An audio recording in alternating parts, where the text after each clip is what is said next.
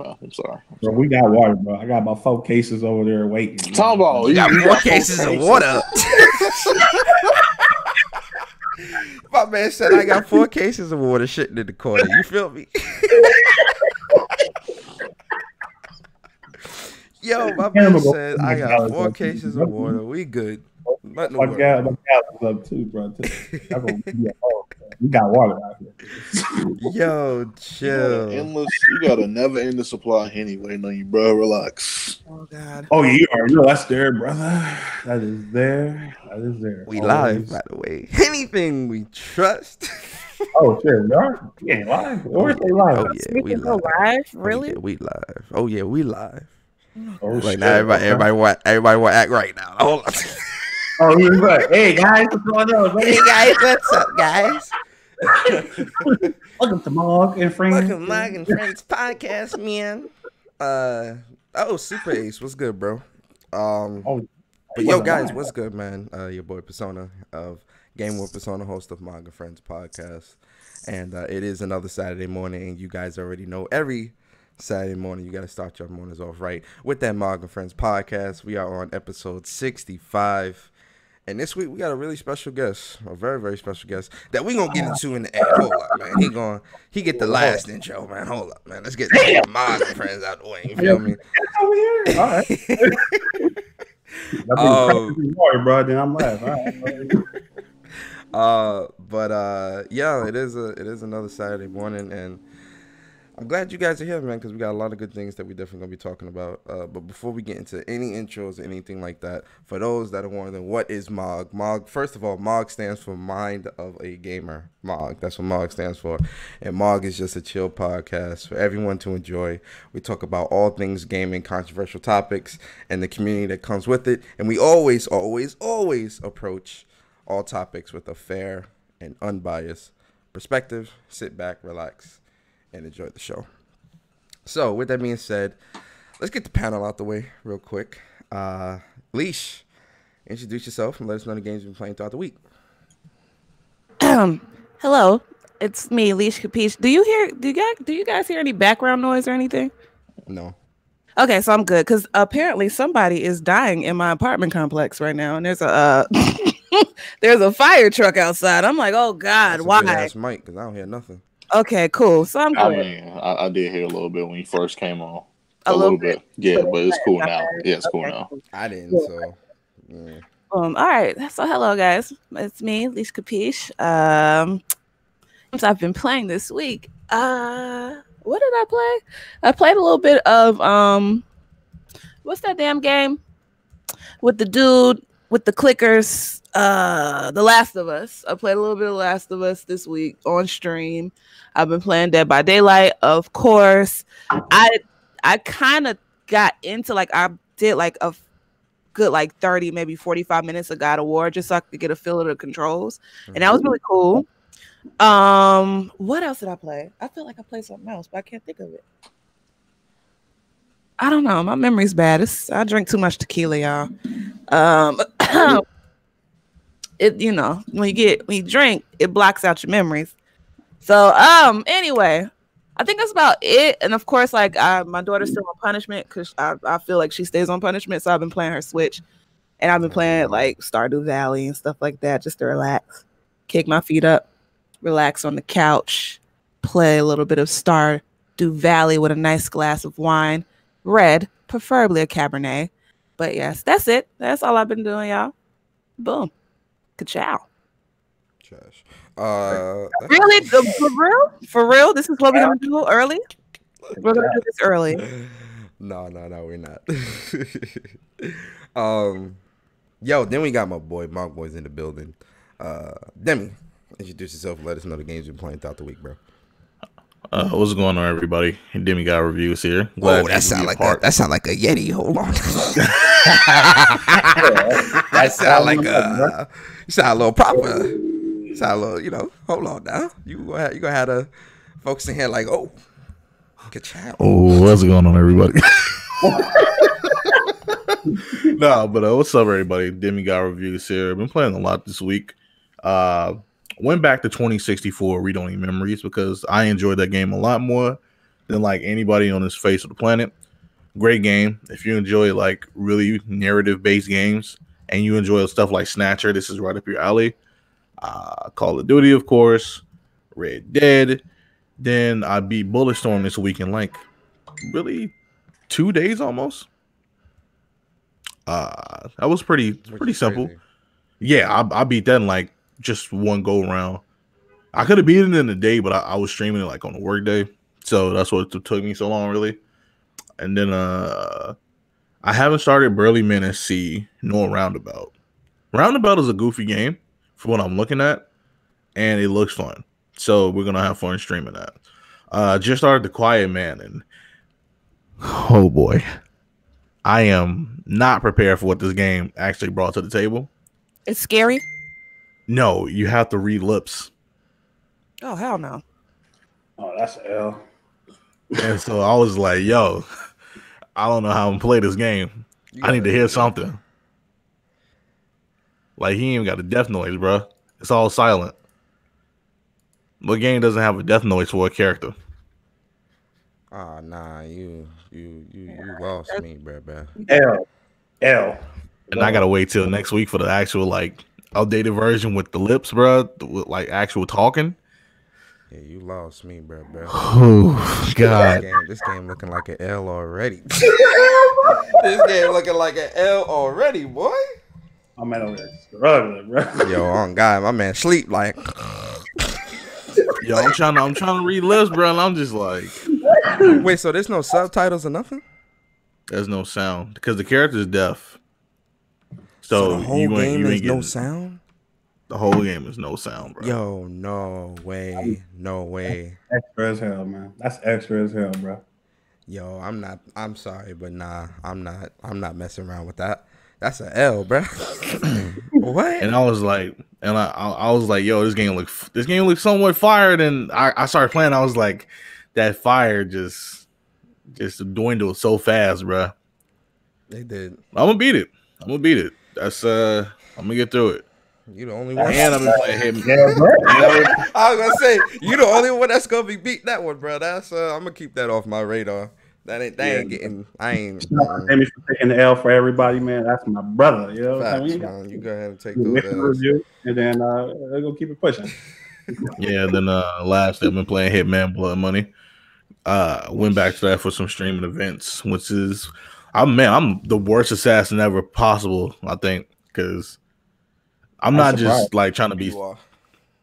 I'm not trying to be stealthy or nothing. I'm running in with the Glocks. Yo, I was watching his stream. I think it was Wednesday or something. I was watching his stream, and he knocked the guy out in the bathroom, and then he started walking. Then it showed the dude getting caught up. So he was like, you know what? Screw this. He pulled out the gun and started killing everybody. I was like, yo, what the hell is going on here? What is going on? I'm just like, bro, you know what? I'm not even trying to be stealthy no more, bro. If people die. They'll get the bodies up. That's it, bro. Like, I'm not even wasting time anymore, bro. Just that's how you got to do it. Damn, that's what's up. That's about it. That's a pretty good list. Yeah. Then we got a very special guest today, guys. To grace the podcast with us. Real this guy too. Very cool dude, man. Part of TOA Boys, man. He got his own podcast, Plus on Block, every Tuesday, 8:30 Eastern. My boy, Chuck Gaming. Yo, Chuck, introduce yourself and let us know the games you've been playing throughout the week, bro. What's up, folks, man? It's your boy, Chuck Gaming. I've been playing 3 games, you know. First and foremost, My Hero Academia 1 Justice. Love the game. The game is really cool, man. I got a impressions video up on my channel, man. Make sure you go check it out. It's a really in-depth game for a brawler type game like that, man. It's real fun. Of course, Dragon Ball Fighters. It's probably my favorite fighter out right now. Just got 5th, you know, in our last tournament. We ain't gonna talk about it. You still trash though. Like you ain't win first place. Hold on. You talking like you got first place. Hold on, bro. Hey, bro, it was killers, bro. It wasn't meant to be. I was saying that like, hold on. Did you get first place though? No, that's never gonna happen. But hey, let me have my victory. You know what I'm saying? As long as Straw Hat is there, you ain't getting no first place, bro. Straw Hat and like 10 other people. That's Straw. Yo, Straw Hat was awesome. Oh my God, he was amazing. He was amazing. And of course, Soul Calibur 6, man. I'm kind of like this on my. I have Red Dead. I want to start Red Dead. I think I have to kind of get in the mood to start that game. I had it since launch, and I just haven't really had a chance to actually sit down and just play the game. So probably later on today, man, I have to go handle some business, and I probably gonna sit down and just get through the prologue at least, man. So we gonna see, but that's pretty much it. Hey, that's what's up, man. That's what's up, man. Definitely glad to have you here, Chuck. You know, definitely not a stranger to the podcast. That's my boy. Yeah, we got a good show for you guys. Oh, for me, real quick, all I've been playing is Red Dead, Call of Duty. That's it. That's all I've been playing this week. I ain't playing no fighters. I ain't been playing no other games. I've really been on just Red Dead and COD. And, you know, being an adult, you know, work has been kicking my ass. So, man, yeah, life. Real life is just, yikes. But yeah, with that being said, let's go ahead. Let's get into the show. So first and foremost, we definitely gotta talk about this because I laughed when I read this news because I'm sitting here and I'm like, what is going on here? Let me make sure. I'm about to transition. Should have transitioned, and they should still hear you guys. If I'm not mistaken, they should. But yeah, rumor PUBG could be making its way to the PlayStation 4 next month. Supposedly, you know, it's going to be announced at the Game Awards show.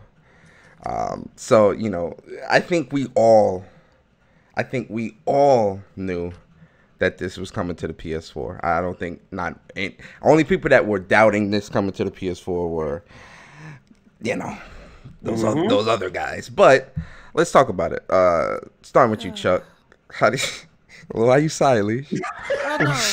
I can't sigh. You know, somebody. No, I mean, you can sigh. It's a free country. But I'm just asking, why did you sigh, though? That's why I'm asking. What do you mean, why did I sigh? It was right on point, too. I was going to say, normally people sigh when, you know, they either disagree with something or they want to get something off their chest, but they can't, so. No, never. I'm you sure? chilling. Okay. Uh-huh. Ka-chow, is that what you're saying? Ka-chow. Well, I didn't say ka-chow. No, I'm asking. I'm holding back on the ka-chow. Oh. Do y'all want a room while me and Chuck host the podcast? What? Oh, God. But yo, starting with Why you was like that in my ear, Demi? God damn. Demi was like, lawsuit. All right, back to the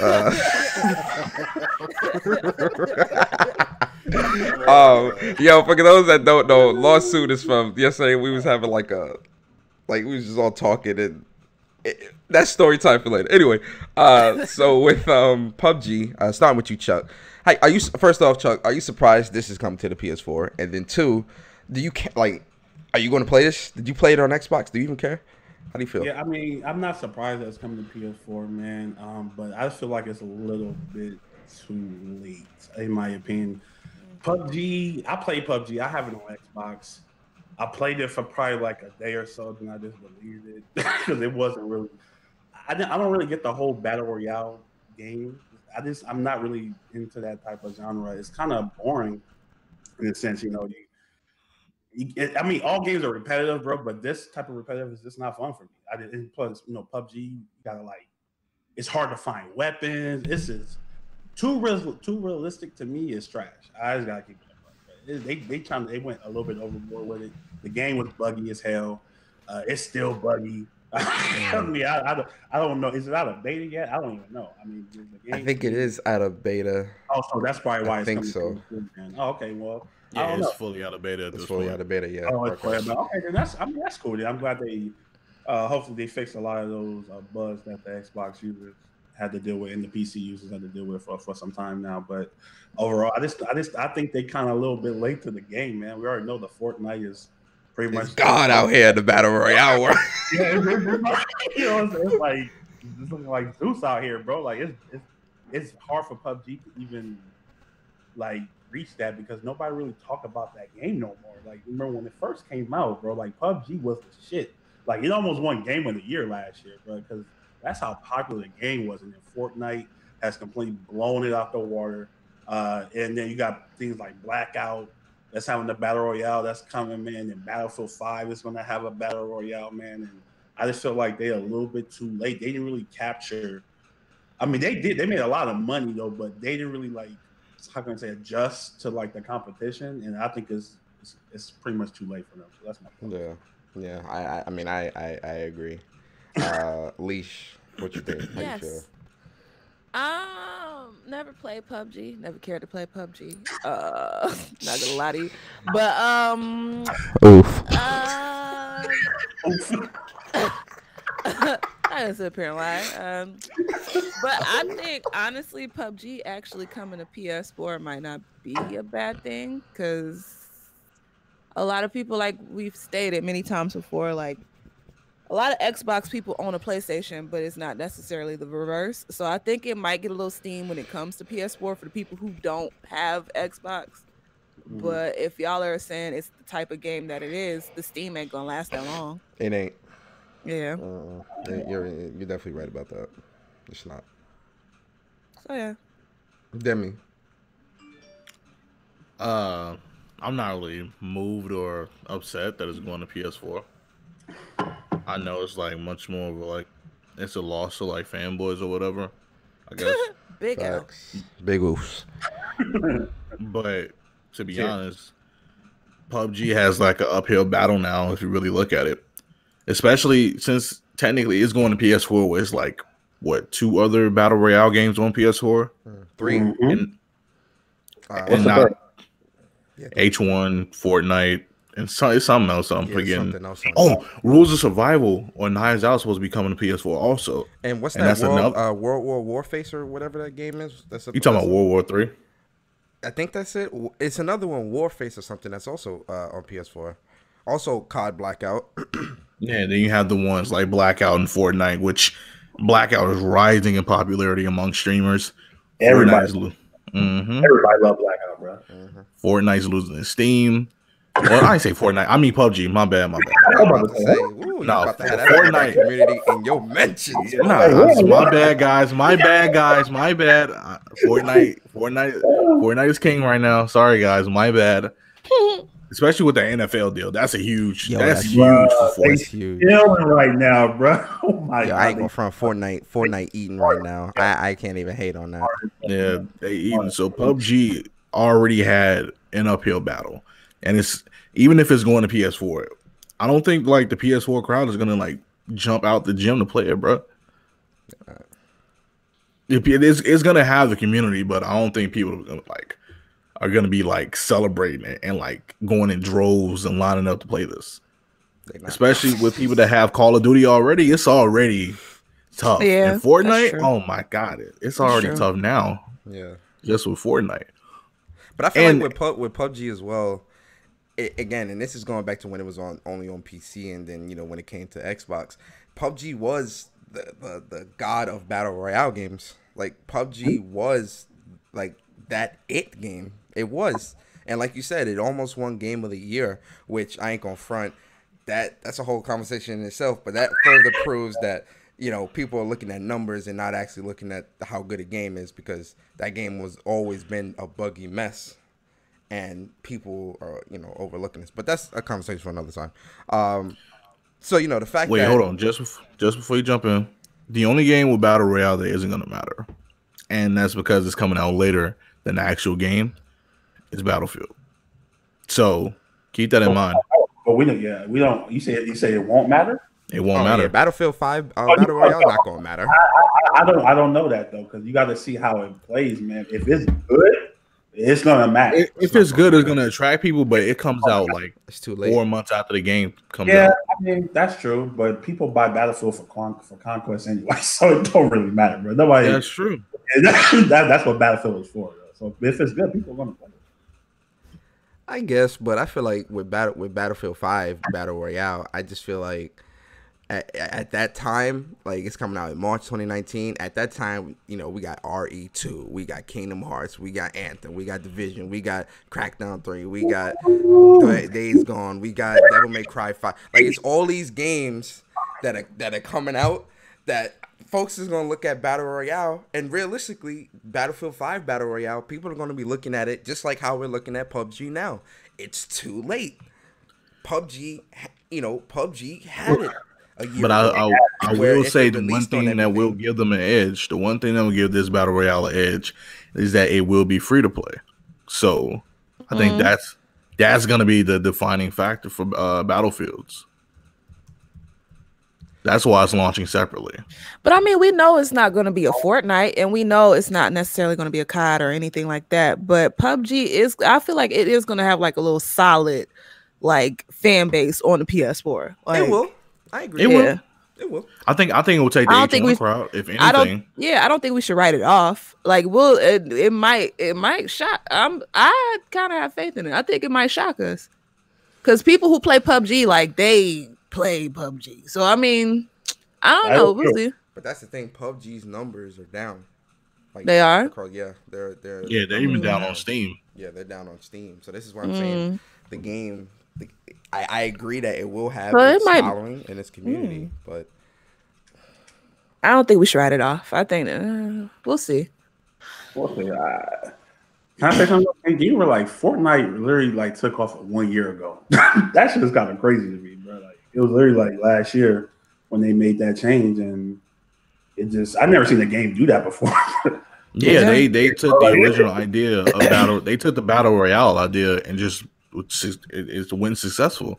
But the original idea of Fortnite is such a failure that that was like the fortified, and then you gotta like save that night or something like that. That shit was trash. But it took them 6 years to make that, just for them to take something in 3 months and get successful off of it. But not only that, but Fortnite again, and we've had this conversation before. The reason why Fortnite is at the level that it's at, good marketing, but not only that, but it mixes two of the best genres in gaming, the Minecraft builder craze and shooters. So you mix that together, what do you get? You get Fortnite. That's really what this is. And then also tacking on the whole, everyone's hype of battle royale games now, and it sells itself. I mean, just this year, it made like $2 billion in microtransactions.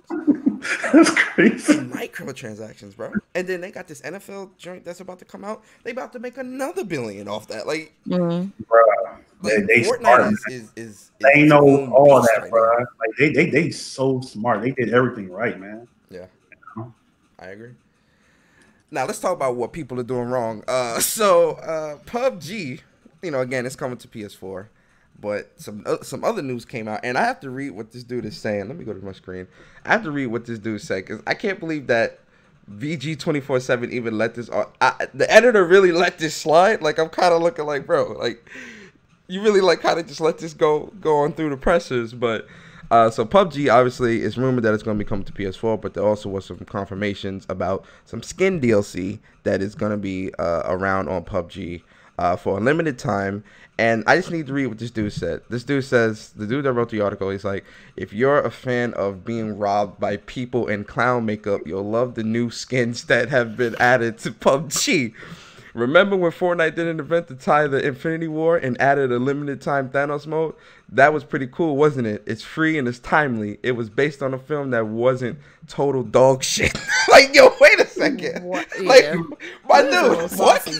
In this article, Yo, I'm reading this and I'm like, my man, what are you even? What? very much, like, not even a little. First of all, who's the editor that even approved that, bro? This is what I'm saying. Yo, who approved something like that? Yo, I'm like, dude, what? Like, what?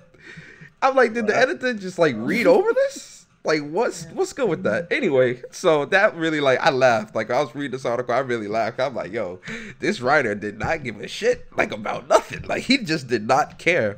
But so there is going to be Harley Quinn and Joker DLC skins coming to PUBG for the low price for $24.99. Not for both, just for one skin. Hell to the no. So Harley Quinn is gonna be, first off, and this is where, I mean, the price in itself is crazy as hell. But I feel like there's an even deeper disrespect here. Harley Quinn is $24.99, and Joker is $19.99. Joker is more popular than Harley Quinn. So why is like what? Harley Quinn is a girl, and they'll profit more off of Harley Quinn skin than they will Joker's. That is true. You're right. I agree. Thank you, Leash Capiche. You're welcome. Yo, I swear, at least she try to. At least she try to catch you. Anyway, so let me get y'all thoughts, Chuck. Like, first off, I know you ain't buying this, Chuck. I'm asking you a question I know the answer to, but all right. what's your thoughts on this? First off, the pricing and how the skins look. Like, what's your thoughts on this? I mean, like I said, man, it doesn't hurt to try. I don't, because at the end of the day, somebody's gonna buy it, So, we try to clown stuff, bro. At the end of the day, somebody's gonna buy this shit. They always do, I don't think no skin is worth $25. That just doesn't make any sense to me. I mean, but because like I take fighting games for instance, right? Like people pay sometimes $10 for a character, which is outrageous. That Guilty Gear life. You already know, man, how I used to do it. Oh yeah, that Guilty Gear. They ain't give a damn. So, like I said though, it may seem outrageous to some folks, but some people are gonna buy it. Some people did. Some people bought Raven. Some people bought Dizzy. That's just what it is. Yeah. I don't knock it, but I just think it's kind of ridiculous in my opinion. And I just a skin. I mean, the skin doesn't even change the game. Like, bro, I mean, it's so fucking. Man, like it doesn't do nothing. Yeah. I know they had to like kind of charge that just because how the licenses and stuff like that, which is understandable, but it's just not a good look. But that's it for me. But I wouldn't pay for it. But like I said, somebody will. Somebody's gonna pay for it. So. That is true. That's true. Leash, how you feel about this? That Harley Quinn skin is gonna sell. I know that for a fact. Yeah. That shit gonna sell. I mean, it's a smart move on their end, especially if y'all said the numbers are down. I would never buy the shit because no, I don't buy skins. The hell, I'm happy with just regular, just straight out the box type shit. So I don't know. Like it seems like a dumb move, not a dumb move. It seems like a smart move, but at the same time, it's like, what's the reason? Yeah, but that article though, it was really, really shady. Like the whole thing was just him just clowning the decision, and it was just like, bro, I was reading the article and I'm like, is this satire? Like what like what is going on here? So I mean, I totally feel him. Like it's warranted satire, if anything, or warranted shade. So yeah, I mean, good for them. But at the same time, okay, with the Waka Flocka GIF, okay. Yo, Debbie, what's your thoughts on this, bro? This is. I just like to say they got the worst. They got the worst Joker skin possible, bro. Yo, don't it look horrible? Like, yo, you ain't even got the paint over his entire face. Like, what is this? Like, bro, did you take a powder pad and just smack it on his face? Like, what is going on? This skin is gonna get you caught in the battlefield so much, bro. Yeah. Like I don't even know who's buying this. Is like, yo, this is fire, bro. I'm about to run up on people as a Joker. No, you about to get sprayed down. You can't even use a tactical advantage with this, bro. You can't even blend in with like the environments, cause right, bro. You in some shiny suit with face paint and some tattoo that says damaged. You about to get damaged, bro. Like you getting shot on sight. Get them out of here. But no, these skins are like hella pricey. Even if I did play PUBG, I'm not buying these skins. I'm not. I wouldn't even waste time because it's too colorful. You gotta be like a god tier player to have these skins and not get shot by them, bro. And that's I just can't see people like just throwing money out, bro. $45 for both, bro. It's crazy, bro. Yeah, that's kind of crazy, man. Crazy. I'm not paying $45. Yo, even Street Fighter ain't that crazy, man. Like crazy. Street Fighter's whole costume collection was only $25. Yeah, I'm not paying no $45. And then the guy who wrote this article is crazy, bro. Like, who approved this? Who man's is this? Right, bro. How do you even kick off an article like that, bro? I don't even know how. Yes. Like, I'm still trying to figure out how they got through the editor table, man. Yeah, bro. Like they was like, yeah, this the one right here. This the one. Stevie Like, Wonder, bro, I don't. this. Hey, maybe they need that traffic, man. I mean, yeah, it's traffic, but goddamn, you ain't supposed to go that hard, bro. Even the editor's supposed to be like, nah, take this out, Chief. Take this out. This ain't it. But hey, let me call up Chief. Chief, is this it? No. This ain't it. You ain't even do it right. Yo, Well, that's you. That's you. Go ahead. Oh, That's you. oh God. You do it. But yeah, I mean, All right. the skin is definitely. I ain't buying. I mean, I'm not buying it for sure. Oh, hold on, I gotta call. You really going? Hello? You really going to do it? Ah, yeah, bro. What's up? Yeah, I'll tell him, G. I'll tell him. I got you, bro. Tell the missus I said what up. She said this ain't it. I didn't have my phone near me, okay? So I couldn't do it, okay? I couldn't do it accurately because I didn't have my phone. Oh, Debbie went to the ringtones again. He really did. Like, he went to settings, went to sounds, and turned the volume up, and that's what he did. Jesus Oh God. Jesus Christ. Anyway. I should have read the fine print. Oh God. I should have read the fine print. But yo, let's move on. Yo, Square Enix, how we have fallen. So, Square Enix, Final Fantasy, let's get something out the way. Final Fantasy 15 was dog shit. Okay. Can you stop? Nah, I'm not stopping with that. No, that game was not good. That game was not good. Trash. No, it was.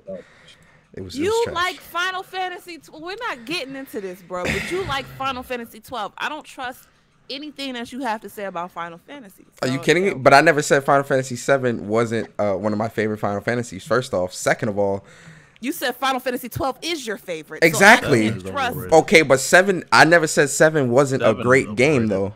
No one said 7 wasn't a great game. The fact that you said, "Hey, Final Fantasy 12 is my favorite," that 7 is very overrated. You're discredited. Bam. Then and there. What? Yo, didn't we have this conversation already? We did because you keep calling Final Fantasy dog shit, and it's not. I never said. I said Final Fantasy 15. Final Fantasy 15. I never said Final Fantasy. I never in my life would even utter those words out my mouth. What did I say? Wait, what word? I said 7. You said Final Fantasy. Yeah, 15. 15 wasn't a great game. 15. 15 wasn't a great game though. Oh God, go away, troll. I never finished it, so I'm. Go back under the bridge, troll. All right, bully. Go back and go steal somebody else's cupcake and lunch money, okay, bully? Oh, anyway, moving on. Moving on. You give me your cupcake. Wow. How you gonna tell me to go under a bridge, troll? That's a real spicy. That's a real spicy thing right there, you know. That's a spicy meatball. It's a spicy meatball. Yo, Debbie, imagine Lee. She walk up to a little kid, push him up against the lockers. Give me your cupcakes, nigga. Yep, I sure did. Oh, you know what? Come on, troll. What we talking about? Now she mad. Now she mad. I'm not messing with you on the Sabbath. Ladies and gentlemen, now she mad. After what she said to me, now she mad. I'm in a good mood. You be steady trying to take me out of character on the Sabbath, bro. I'm supposed to be resting and relaxing, okay? We all relaxing. It's fun. No, you're trying to bait me into your trap, bro. Ain't nobody falling for this today. Gaming with Persona. Okay, Lee Spaghetti. Nah, but onto the topic. So Final Fantasy 15 DLC has been canceled because the director Hijime Tabata, he leaves, and Square Enix posts a $33 million loss. Lord have mercy. And pretty much what he's saying is, I had the quote.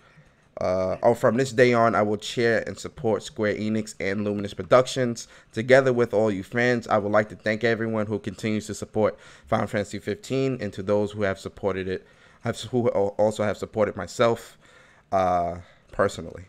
And then he also included that he is leaving to go and start his own studio, his own company, because he has a vision for a game that he has to get out and do. So the 4 DLCs that they had planned for Final Fantasy 15, which was Arden, Luna Freya, crap, what's the other ones? I forgot the other 2, but episode Arden is coming out. That is going to be the last DLC for Final Fantasy 15, and then that's it. And they also have the Final Fantasy 15 Comrades, which is the multiplayer portion of the game that's going to be releasing as a standalone game, so you don't need the base game to play Comrades. And if you already have the base game, you get Comrades for free. If you already pre-ordered it from the base game. That's what pre-ordered. Sorry, thank you. Start with you, Lee, since you are a huge fan of Final Fantasy. Yes. What's your thoughts on this? It kind of sucks because I did want to see it like finish out or whatever. Mm-hmm. But I mean, I get it. He wants to work on new projects. I get it. But I hate when like games do that. It's almost like the same thing. Even though I know why Telltale went under, but it's like you bait us in, you make us like a game, you promise us packs and stuff like that, and then boom, like you just leave us hanging in the wind. I do enjoy that they're continuing with the multiplayer. I think I'm gonna find that interesting, and I'm pretty sure I'm gonna play it. But yeah, it's kind of bittersweet. Kind of sucks though at the same time because I really wanted to play the Luna Freya one, but that's fine. I'll live. Yeah, I wanted to see how that story. Definitely want to see how that story unfolded. Right, yeah. But I mean. Well, we'll live. There's gonna be a new Final Fantasy coming out in the next 3 to 4 years. 10 years. You know that? Yeah. I think so. You know that? Well, yeah, it's gonna be a while because they changed like the whole dynamic of it now. So like it's more open world. It's better graphics. Oh, are they still coming out with the remaster Final Fantasy 7 or no? Listen, that's in. Listen. Yeah. We don't even speak on that. Cause I remember seeing the thing and I was like, okay, cool. And then I ain't never hear nothing else about it. I was like, well, we don't speak on things that still don't exist. You feel me? In my mind, they better release it. I agree, Andrea. They better release that. I am in total agreement. I needs that because Final Fantasy VII Remake is looking the bomb. It looks so good. But let's keep it a buck. It's not coming out no time soon. Yeah. Oh, hell no. That sucks, man. Chuck, I know you don't. Chuck, like, yo, listen. Why you even calling on me, Persona? Chuck, how you feel about this? I mean, I think it sucks for the people that, actually like the game. I had the game. I didn't like it.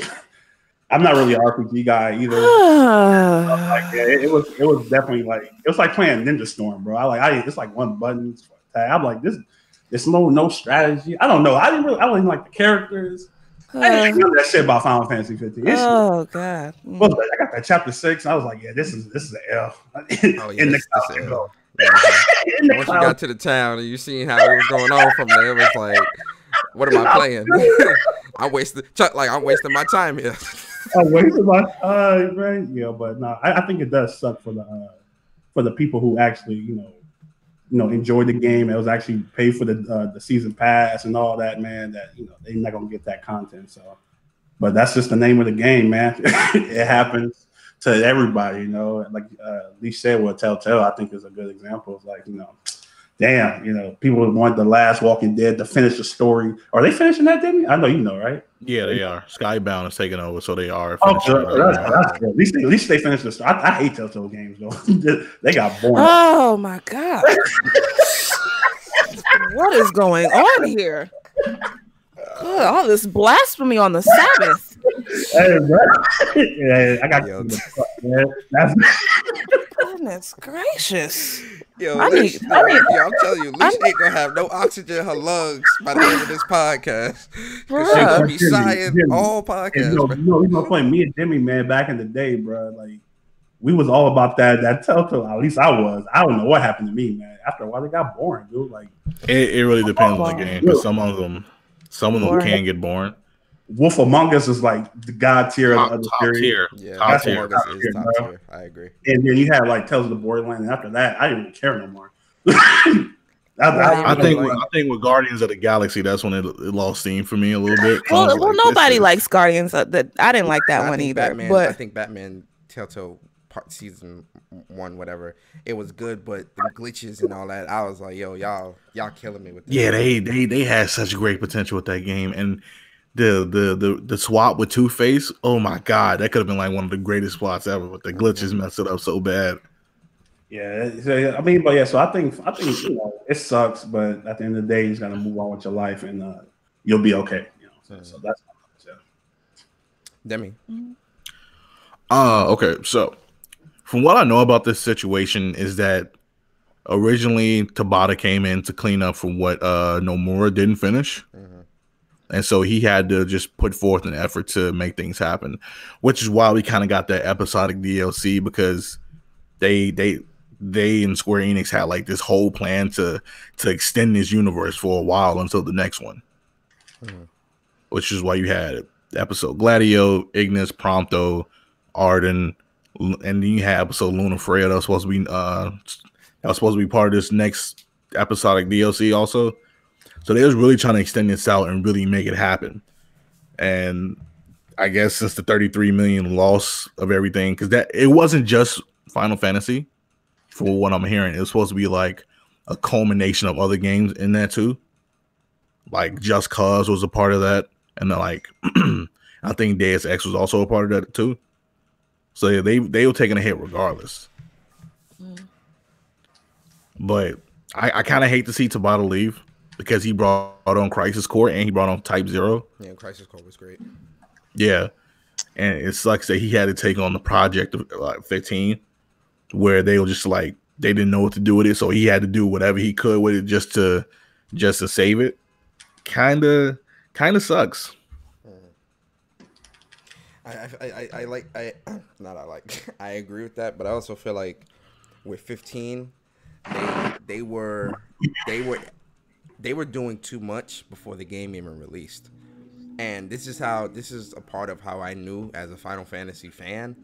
And don't get it twisted, Final Fantasy 13, 13-2 and all that, I didn't really like that either. I think 13 was probably the most bearable out of that. But after that, I'm just like, I can't really play these too much.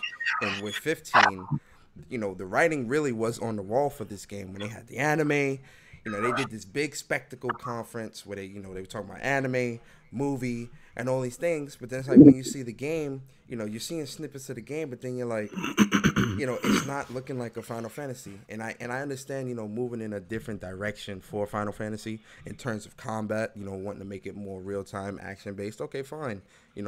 There's no issue with that. But I feel like the core mechanics of what make a Final Fantasy game were taken out of the game. Armor, real RPG elements. Like, when you turn on a game and the thing says a Final Fantasy game for newcomers and veterans alike or whatever, I already knew this was an L that I was walking into. Because I already knew this was an L that I was walking into. Because again, Final Fantasy is a game, yes, newcomers can come in and enjoy it, but you're going to have to learn that system. You feel me? You have to learn that game. Final Fantasy 15. It wasn't a hard system to learn, though. No, it does. It wasn't a hard system. What I'm saying, it doesn't know whether it wants to be an action RPG completely, or does it want to still have like some type of y'all don't feel like it was a nice balance between the two? No, not at all. Not in the slightest. Y'all like, oh my god, what is going on, man? That's why I feel like it could have been fleshed out a little bit more, especially when I go back and play games like even you, Mr. Neutral. No, I mean from what I played it, because I haven't finished it completely. He ain't neutral. Oh my god! Oh no! I am neutral. Stop it! Stop it, Chuck. Chuck exposed. Stop. Exposed. No, you for years, bro. Yo, listen. Yeah, bro. Yo, in Final Fantasy, what's one thing in Final Fantasy games that are always known for? One thing. The battle system. The battle systems, but what else, Demi? The summons. Chocobos. The summons. Mogs. The summons. Moggles. The summons. The summons. Let's go to the chocobos. The chocobos were there. I'm not, and the chocobos was great, but the Yeah, summons. the summons. Let's talk about the summons. You have legendary summons in each Final Fantasy. You couldn't even control when you could use this. My thing was, I'm driving in a car, right? I see a behemoth or whatever they're called. I'm driving in the car. Whoa! Let's use proper names here. I'm sorry. Behemoth.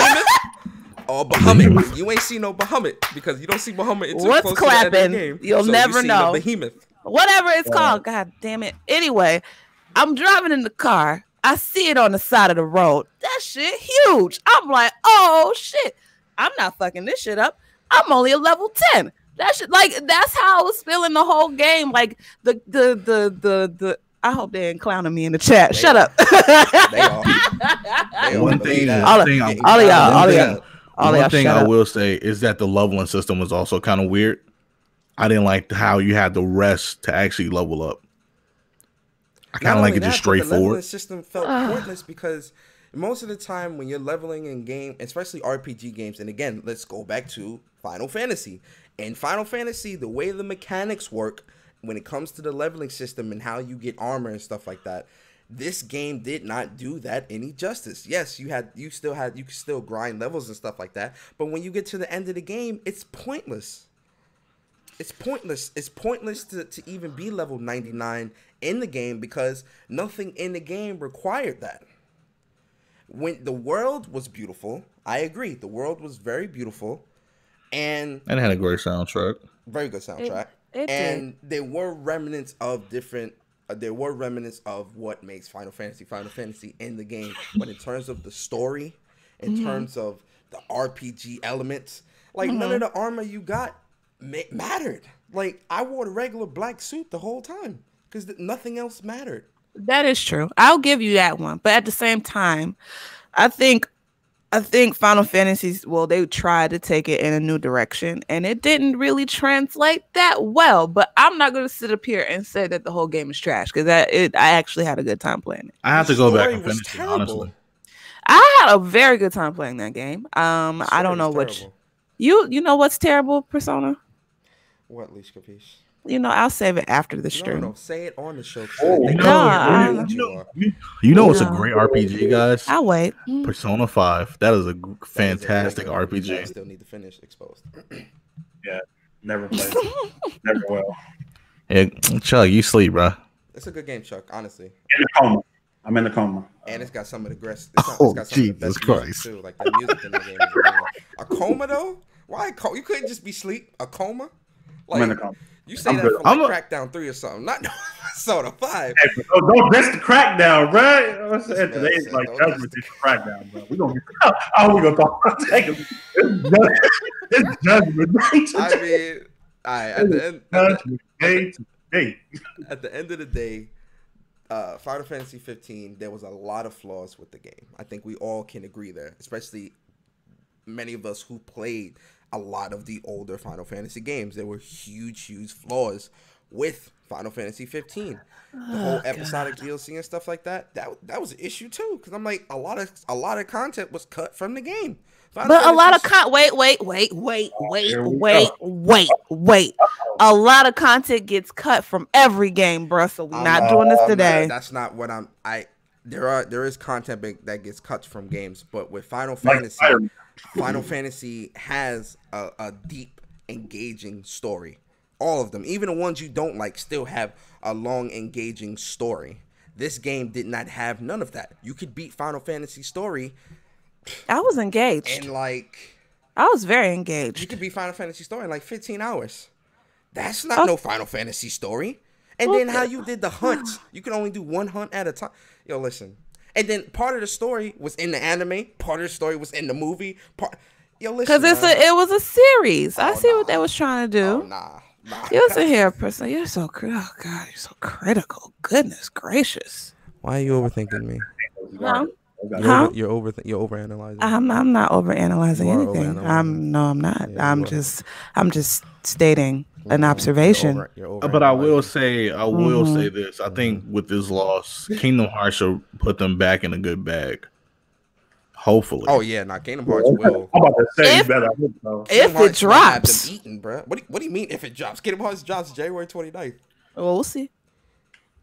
I'm still crossing my fingers. Goddamn. You don't think Kingdom Hearts is gonna drop January? I didn't say it. I didn't say it wasn't, but I still say I'm crossing my fingers. Look, if it doesn't, that gives me enough time to play some of these other games, bro. Because because it's too many games dropping. Because I'm pretty sure January for it. Resident Evil remake comes out literally 3 days before that, so it's like it does. Y'all killing me. Like y'all really. And you know, I'm ready, bro. I got my collector's edition sitting there launching, bro. I'm ready. Oh yeah, I got my collector's edition from Square Enix store. Shout out to Square Enix store. I'm hyped for it. Yeah, Kingdom Hearts. You get all the statues, the steelbook of the game, art book, all this fancy. Listen, Chuck, you coughing Kingdom Hearts? Man, look, bro. You don't call the Kingdom Hearts, bro? So, like, yo, you asking too many questions, bro. I mean, I want to. I don't know, man. Honestly, Chuck, I think Kingdom Gee, Hearts. you have time to finish the game. I think you would like Kingdom Hearts. No lie. You have time to finish 1 and 2. Just go ahead. I gotta finish 2. I think I'm gonna revisit 1. I'm gonna revisit 1. And I gotta play 2 because I've never played 2. I can't revisit 1. Bro, I can't do 1 again. Bro, like I'm like this game is garbage. So you think Kingdom Hearts is garbage? What? What is this? Oh, I'm out, guys. I have stuff to do today. I can't sit and I can't take this anymore. Like, bruh, he just said Kingdom Hearts was. You know what, guys? I'm going to my trailer. I can't. Oh, throw the scarf. Marie got throw the scarf. Throw the scarf over. Like, nah, but I was not saying, like, everybody told me just to go to 2 because, like, I don't know. I have the collection, and I tried to play 1. Man, I'm like, I don't know, bro. I was kind of bored. So everybody said just go to 2. Bored. 1. Yeah, I was bored out of my mind. Oh my God! Unbreak my heart. What? Yeah, I don't know how you was That game was great. Jeez, Unbreak my heart. Say you love me again. Y'all, I'm really sitting up here clutching like my chest. I need some water. Goodness gracious. Yeah, you ain't got none over here. Know, man. That's... No, I'm not saying the friend. I'm just saying, like, for me, I'm just saying 1 was boring. So I'm like, maybe I'll just try to go into 2. I can't play 1. Bro. I'll say this: 2 is a huge improvement. Like, it improves a lot on the camera system, battle system, everything. 2 definitely is a huge step up from 1. But 1, you still need to play because you're gonna want to understand that story. Because I don't care what Kingdom Hearts says and what the developers are saying. They're lying to you when they tell you you don't need to play the old games to understand this one. I'm telling you that is completely inaccurate. I'm telling you, they're only saying that so that Xbox people will buy the games. I'm telling you, you need to play all these all of these Kingdom Hearts to understand Kingdom Hearts 3. I agree with you on that. We live in a different age now, bro. I can just go on YouTube and type in Kingdom Hearts story. Boom. I don't need to. You still won't understand it. Understand none of that. What you mean? Because you still not gonna understand it, bro. 5 games. You're not. Bro, it's like a movie. So you say if I watch an hour and a half movie, I won't understand the movie. It's not no hour and a half of Kingdom Hearts, bro. It's a confusing story. That's what I'm telling you. You're not gonna understand it. That spans across different platforms and generations, dude. Like, we're talking. Okay, the order of the games goes: Birth by Sleep 1, 2, Memories. 352 over is it 352 over 70? Birth by Sleep 1, Chain of Memories 2. 352. See, the lineup is already confusing me. And then Dream Dot. Yeah, okay, I got it. It's Birth by Sleep. Yeah, it's Birth by Sleep 1, Chain of Memories 2, 352, and then Dream Drop Distance, and then 3. Wait, we forgetting about 2.8. Well, God. Oh, yeah. So Dream Drop Distance and then 2.8 because 2.8 sets up 3, and 2.8 is like a short, some quick journey. Bro, I see videos 36 minutes, man. I think I'll be fine. Yo, all right, bro. Alright, I'm telling you, you gonna walk into Kingdom Hearts 3. I give him that, bro. The game looks amazing. I mean, the only character that you'll probably you won't even understand the villain, Xehanort. You're not gonna understand that because he plays different roles in all the games. Oh nah, bro, you got to play the games, man. So if I could come back at you with the story, like to the T. Bro, then you gotta understand that Sora is also Roxas, who's also Ventus. Yo, I'm telling you, bro. Yo, listen. I'm telling you, bro. You not going. All right, bro. All right, I'm telling you, you're not gonna understand that. Not in no not in no hour. You're not gonna understand all of Kingdom Hearts story in an hour. You know. Yeah, my mind. I might put The Last of Us to the side, and I think I'm gonna start on Kingdom Hearts. Whoa! Finish that Last of Us. Whoa, yeah, finish that Last of Us. What are you doing? Let's not get crazy here. Relax. Stealthy. Yeah, Andrea. Sora has a lot of different hearts. Like Ventus is a part. Ventus, they share Roxas. Obviously Sora's heart. What's the other dude name? Oh my god, I can't remember his name. The dude that you play as in 2 before, then you gotta go to the train station, and then that's when you change to Sora. I forgot his name. Oh my god, I forgot his name. Bari, I know you in here. What's his name? You know what I'm talking about. He still even got nominated. That's a part of Sora too. Vanitas. No, Ventus from Birth by Sleep. Roxas. Yeah, it is Roxas. It's another but it's another one. Because it's someone in Organization 13 as well. I forgot it. Damn it, I forgot his name. Jesus Christ, I forgot his name. Anyway, Axel? Axel. No. I'm throwing you off, bro. Yeah, you are throwing me. Yo, bro, you throwing me off. No, it's not Axel. It's not. But yo, let's move on. We just veered off like completely. Jesus Christ. And hopefully Square stand on that topic. Hopefully Square gets right back up on their feet. You know what you got to do? Cut off Just Cause. Oh, yo, we about to transition. They making that? Yeah. What? Right. Chuck, where you been? Just Cause comes out next month. Square publishes that. That's part of them. Yeah. But why are they still making that game? Like people actually buy it. People buy it, bro. People do buy it. I agree, but people do buy it. Yo, listen. I bought 3 off a whim. I'm like, hey, it looks dope. Whatever. I didn't enjoy that at all. Like, I didn't enjoy that at all, man. I'm gonna be honest with you. I'm gonna be honest with you. 3 was so bad, bro. 3 was bad. It was forgettable. The game got like really frame dippy. Real choppy. Yeah. We talking chopper style. Don't do more than one explosion, bro. It's over. Your console is like, hold on. Mm-hmm. And this is before PS4 Pro. We're talking base PS4. We're talking the original design of the PS4 we played this joint on. We talking chopper style. Chopper style. Yeah, I've been down since 2, bro. Like after 2, I'm like, this game is over. It's done. You dipped poor man. You got stuck in the dip, bro. Poor man's GTA. I'm good. Fucking poor man's GTA. The concept is actually good though. I actually like it, man. But it's just the gameplay was boring after a while, and the world there's nothing. Dead. The world is dead, bro. Like, it is. Although I will admit, 4 does look like they improved on a lot. It does, but I'm not buying it day one. Looks like 3 with hurricanes. Yo, I'm moving on.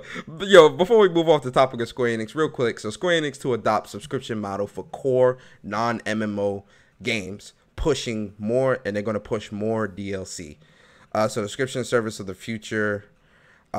Subscription services are the future of gaming, according to the most popular publishers. Companies like Microsoft and EA have already taken the plunge with services like Xbox Game Pass and Origin, and they won't be the last. So it seems Square Enix are among those hungrily eyeing the subscription model. The Japanese RPG publisher released their latest earnings report, and it contains some interesting statements that were the company to see more HD games business going forward. So honestly, how do you feel about this? Starting with you, Chuck. If they do like a subscription service and have like a lot of their old games and things like that on there. How did you feel? Would you pay for something like that? Like how you feel about that? I think it all depends on price point, man. Does the price match the content? And if it does, then you in a good spot, you know. Because people, like I said, when we was talking about the skin, somebody's going to pay for it because some people like this company, you know what I'm saying? So it's going to have to be worthwhile, though. I'm not really big on the whole play older games and shit like that now. I'm more trying to stay current. But they do something like this, man. They have a large enough fan base where they could take advantage of it. So I think they could get it off. But everything has to be like perfect storm for them to make this thing work. Okay. Demi, thoughts? I don't like this route that things are trying to go subscription based. I don't like the fact that everything's trying to go to this market now, which I don't want to be paying for different services here and there and here and there. I already do it with streaming services via Netflix and Hulu, and I'm trying to keep it just that. So the fact that our games are kind of like trying to take this route now, I'm not too keen on it really. Game Pass was one that actually saved me some money because you know the exclusives are hitting Game Pass. Cool, it's only $10 a month. All right, I'm not too shabby. That's cool. I can work with that. PS Now is something I have looked at and something I may get in the near future, but outside of that, I'm really not trying to pay for anything else more. And there's a lot of companies that's looking towards streaming, like Square, Ubisoft, and whoever else at this point. And I'm kind of just like, nah, I'm not really feeling that. Okay. I'll be honest. I mean, if they are gonna do it, they need them Square soft games need to be up on it. I need them Square soft games. Damn Square Enix, I need Squaresoft on some real stuff. Yeah. Leash, how you feel about this? As a person who has too many streaming services now taking it out of my bank account, I mean, I get it. I get the mold. They see that people are actually buying into streaming services or whatever.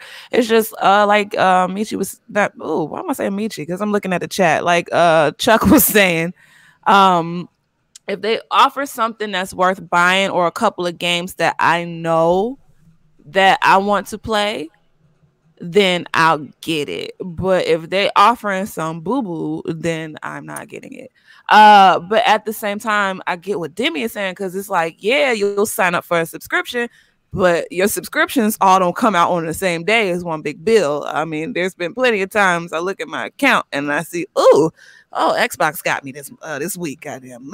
I just got caught up by PS Now because I forgot to turn off the subscription. I got caught. I'm looking at my bank account. I'm like, $19.99. What did I buy? Oh shit, they got me. So I have bank to. Account said, oof. Oof. So I was like, yeah, I'm utilizing this PS Now because if I'm paying for the month, I'm using it for the whole month. PS Now was looking at your bank account like, yeah, right, for real. So I mean, I get it. They just have to have something that's worth buying. So far, I pay for. I've paid for PS Now. I do have Xbox Live. I have Origin. And what else? And of course, like other streaming services, like too, right? That's what I meant. Game Pass. That's what I meant. And Xbox Live. And I have freaking the PS4 internet. So it's like that's a bill. Gaming has become a bill. And I mean, if this is what they're gonna do, I get it, but they're gonna have to offer some heat. Because if it becomes a bill, cool. I feel like in a sense I'm kind of saving money. And especially like with Game Pass, because you do get the exclusives and you can play the exclusives without having to buy it and figure out that it's trash or whatever. But at the same time, I don't know.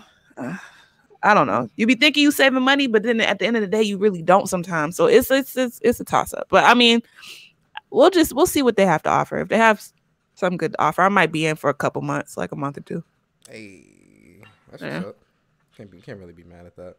Yeah. I agree. I mean, for me, if anything, it would have to be the Squaresoft games. But then I'm like, you know, I'm gonna be so focused on new games that I'm probably really not gonna be using the service that much anyway. Because I really don't use none of these services too heavy now, just because I'm so busy playing newer games. Again, back to what Demi said, you know, the direction that the industry is going with these subscription-based services.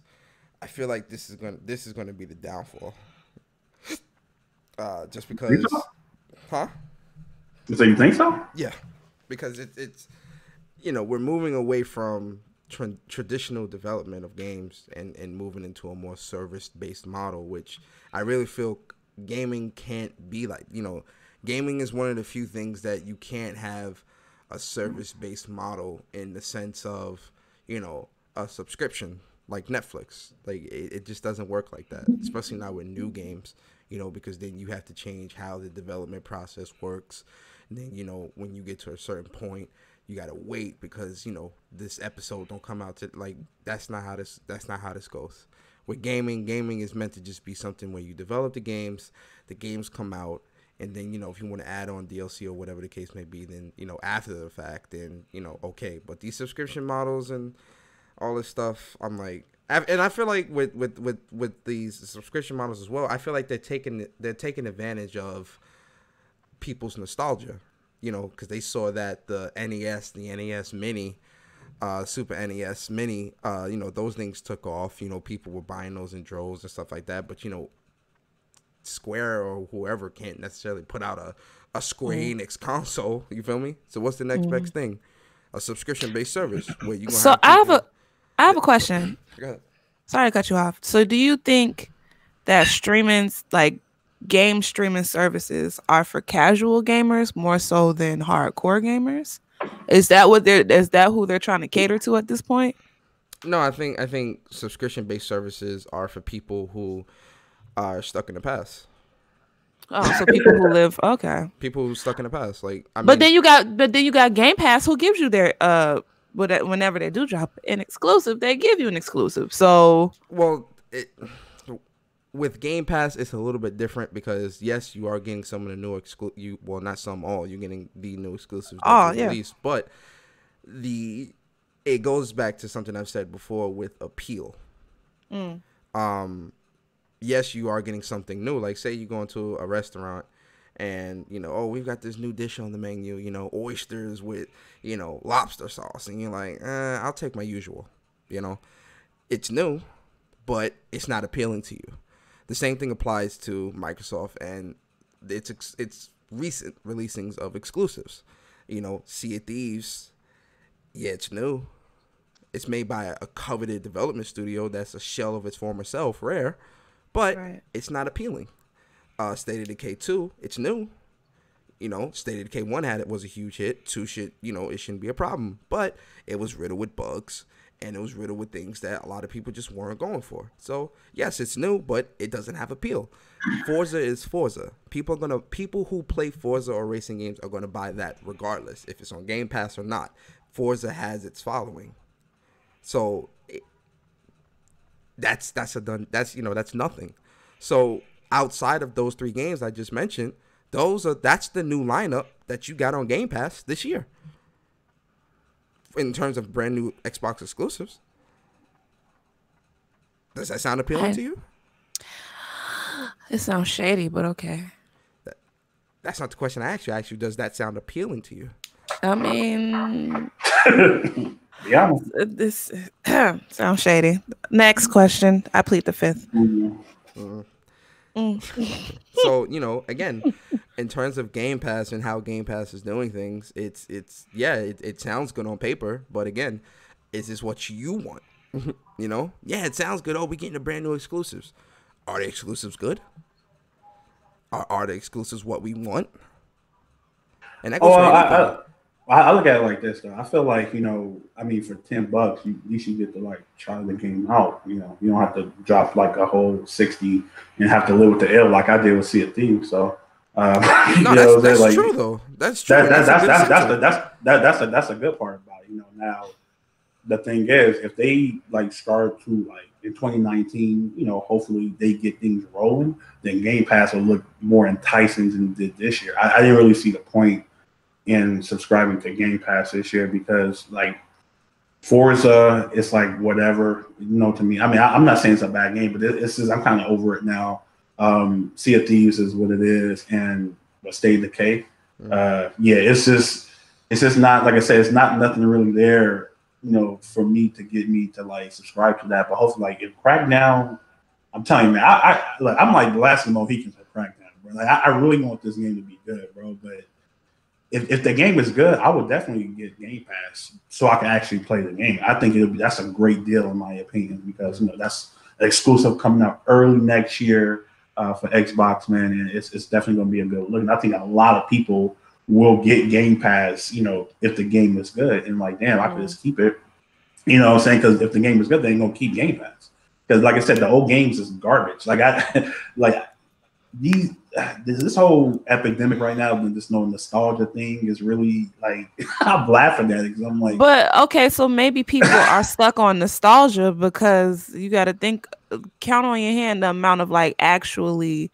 Well, I'm not talking about like indies and like from lower developers, but count on your hand how many like good AAA games came out besides like Spider-Man, besides Red Dead. I can count on my this year. Oh yeah, I was gonna talk like, but no, and then like not in this gen. This gen, yeah. I can count many. I can count a lot. I can count many. AAA. Yes, I can count many AAA games that came out with this gen that are amazing. And I'm not just talking on PlayStation. I'm just talking across all three platforms. But I'm saying y'all are saying like people who are but the people who are stuck on nostalgia are the reason why the gaming developers are switching to or trying to implement a streaming service. So apparently people are stuck on nostalgia for a reason. And I'm not saying like all AAA games are trash. I'm just saying like there might be something missing. You see what I'm saying? Like, yeah, there's some AAA games that are good, but I don't know, like it's just something that's kind of not there anymore with games now, I feel. Well, you also have to look at it like this as well. At the beginning of this generation, one of the biggest complaints was the fact that people couldn't play their PS3 games on PS4 because in PS3, when the PS3 first came out, they did release a console where it was backwards compatible. The argument and the quote unquote outrage which followed was not necessarily the fact that people are stuck on nostalgia. It's the fact that people didn't want to leave behind their PS3 or their PS3 games, quote unquote, to go to PS4. That was the issue at first. When it manifested itself, Microsoft used that desire, that want to play the old games as a marketing tool for backwards compatibility. When backwards compatibility first released on Microsoft's platform, you would think, the sales pitch was if you have your old games, you can play them, you can use the disc to download it onto your console and you'll be able to play the old game on your console.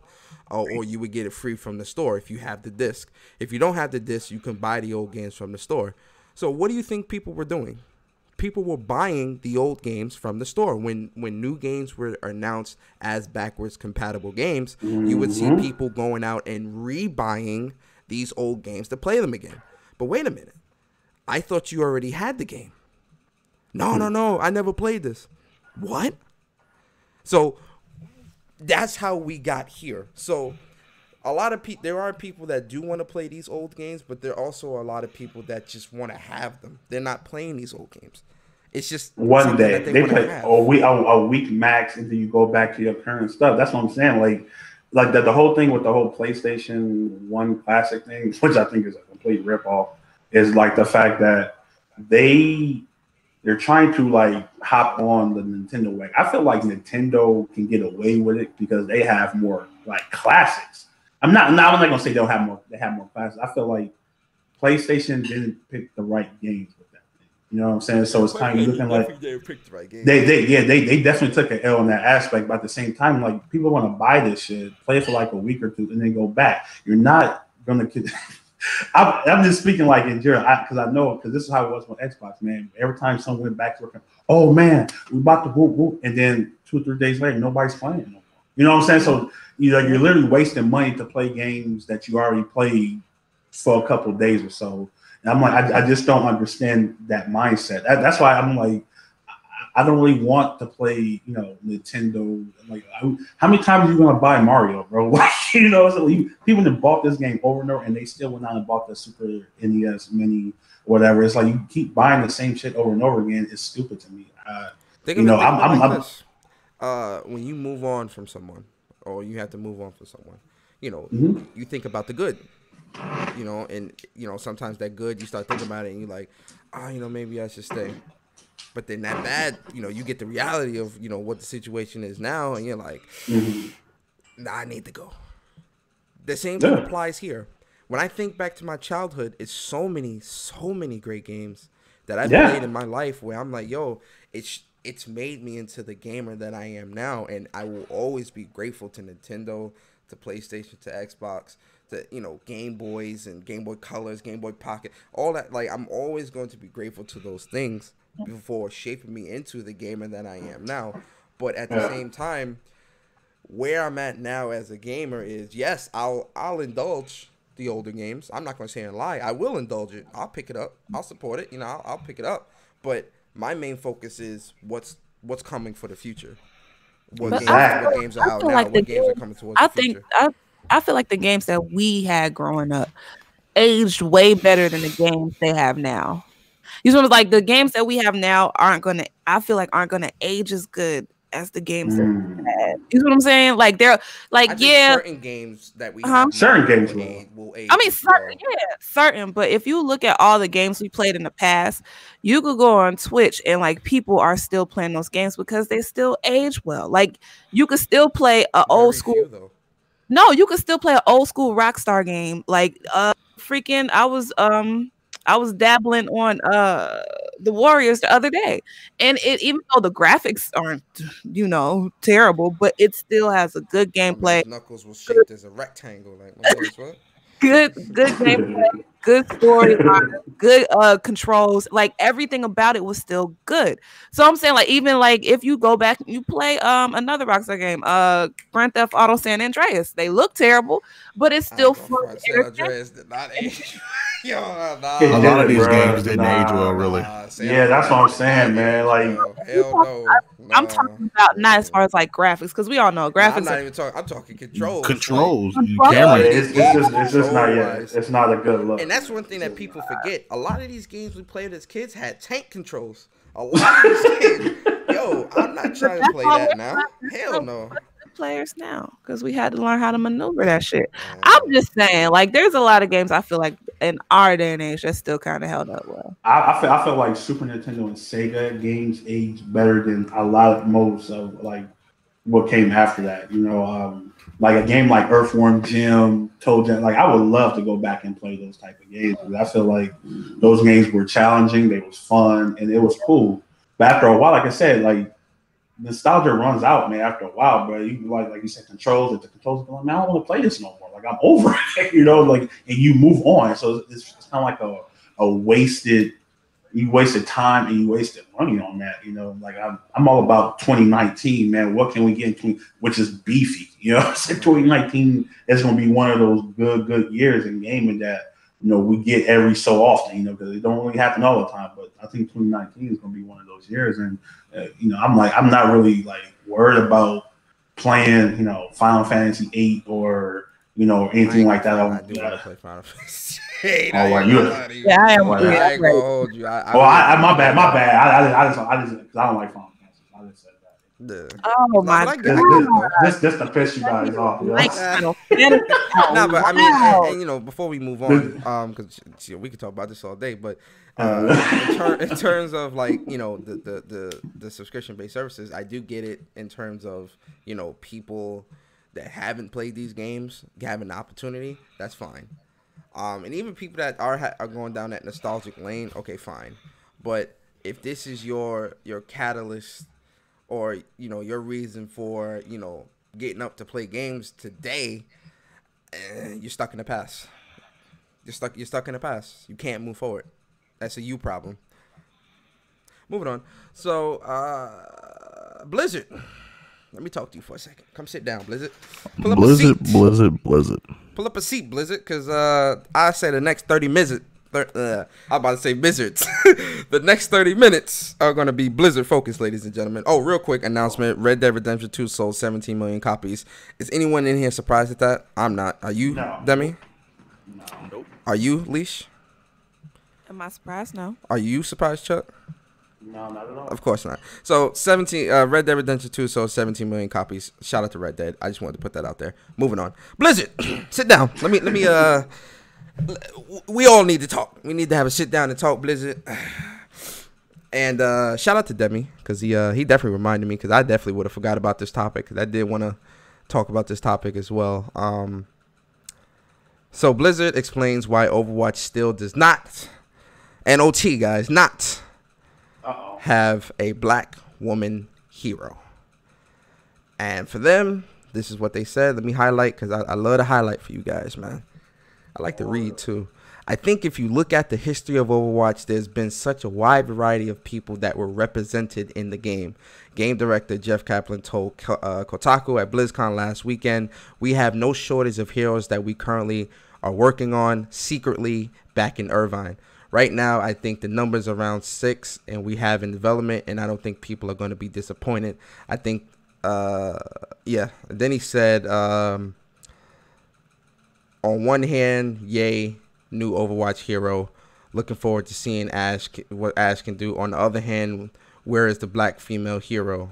Blizzard wrote a fan on Twitter, which echoes. This is what a fan was saying. So pretty much the issue is that there is a lack of black female guys.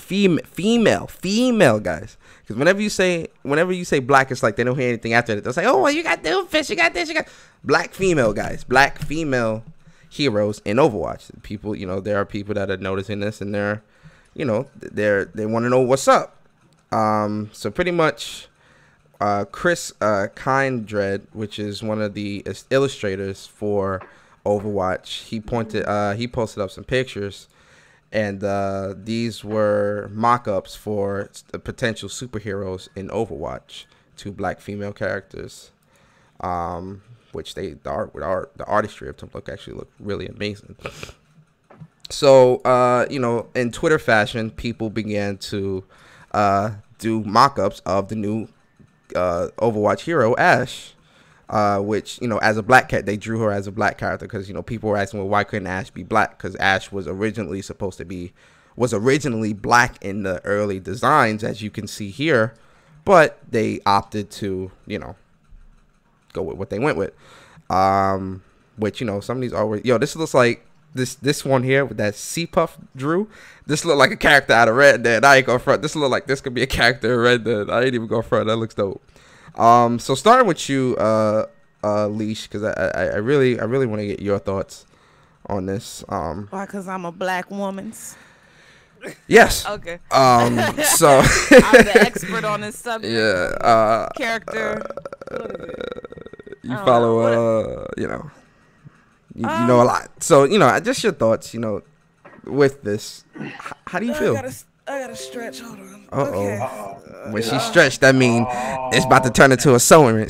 She about to be, remember back in church where the preacher, when he was into it, you would hear him breathing, he'd be like, and the Lord, he would say.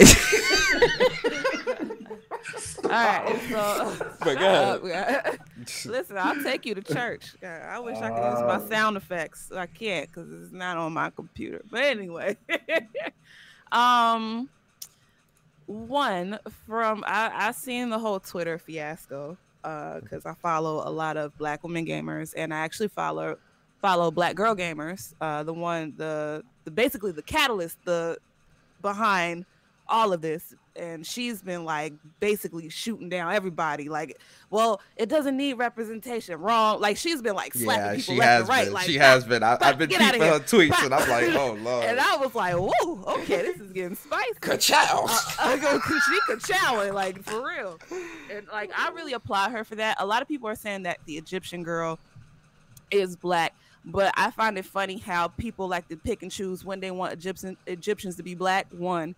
And then on top of that, like, we're not talking about black in the sense of, yeah, she's Egyptian, but Egyptians more identify with Middle Eastern type of culture. And yes, they're African, yes, but they're talking about unambiguous black women, like an African American black woman, a Caribbean black woman, somebody who's not like she could be, what is it, racially like racially ambiguous.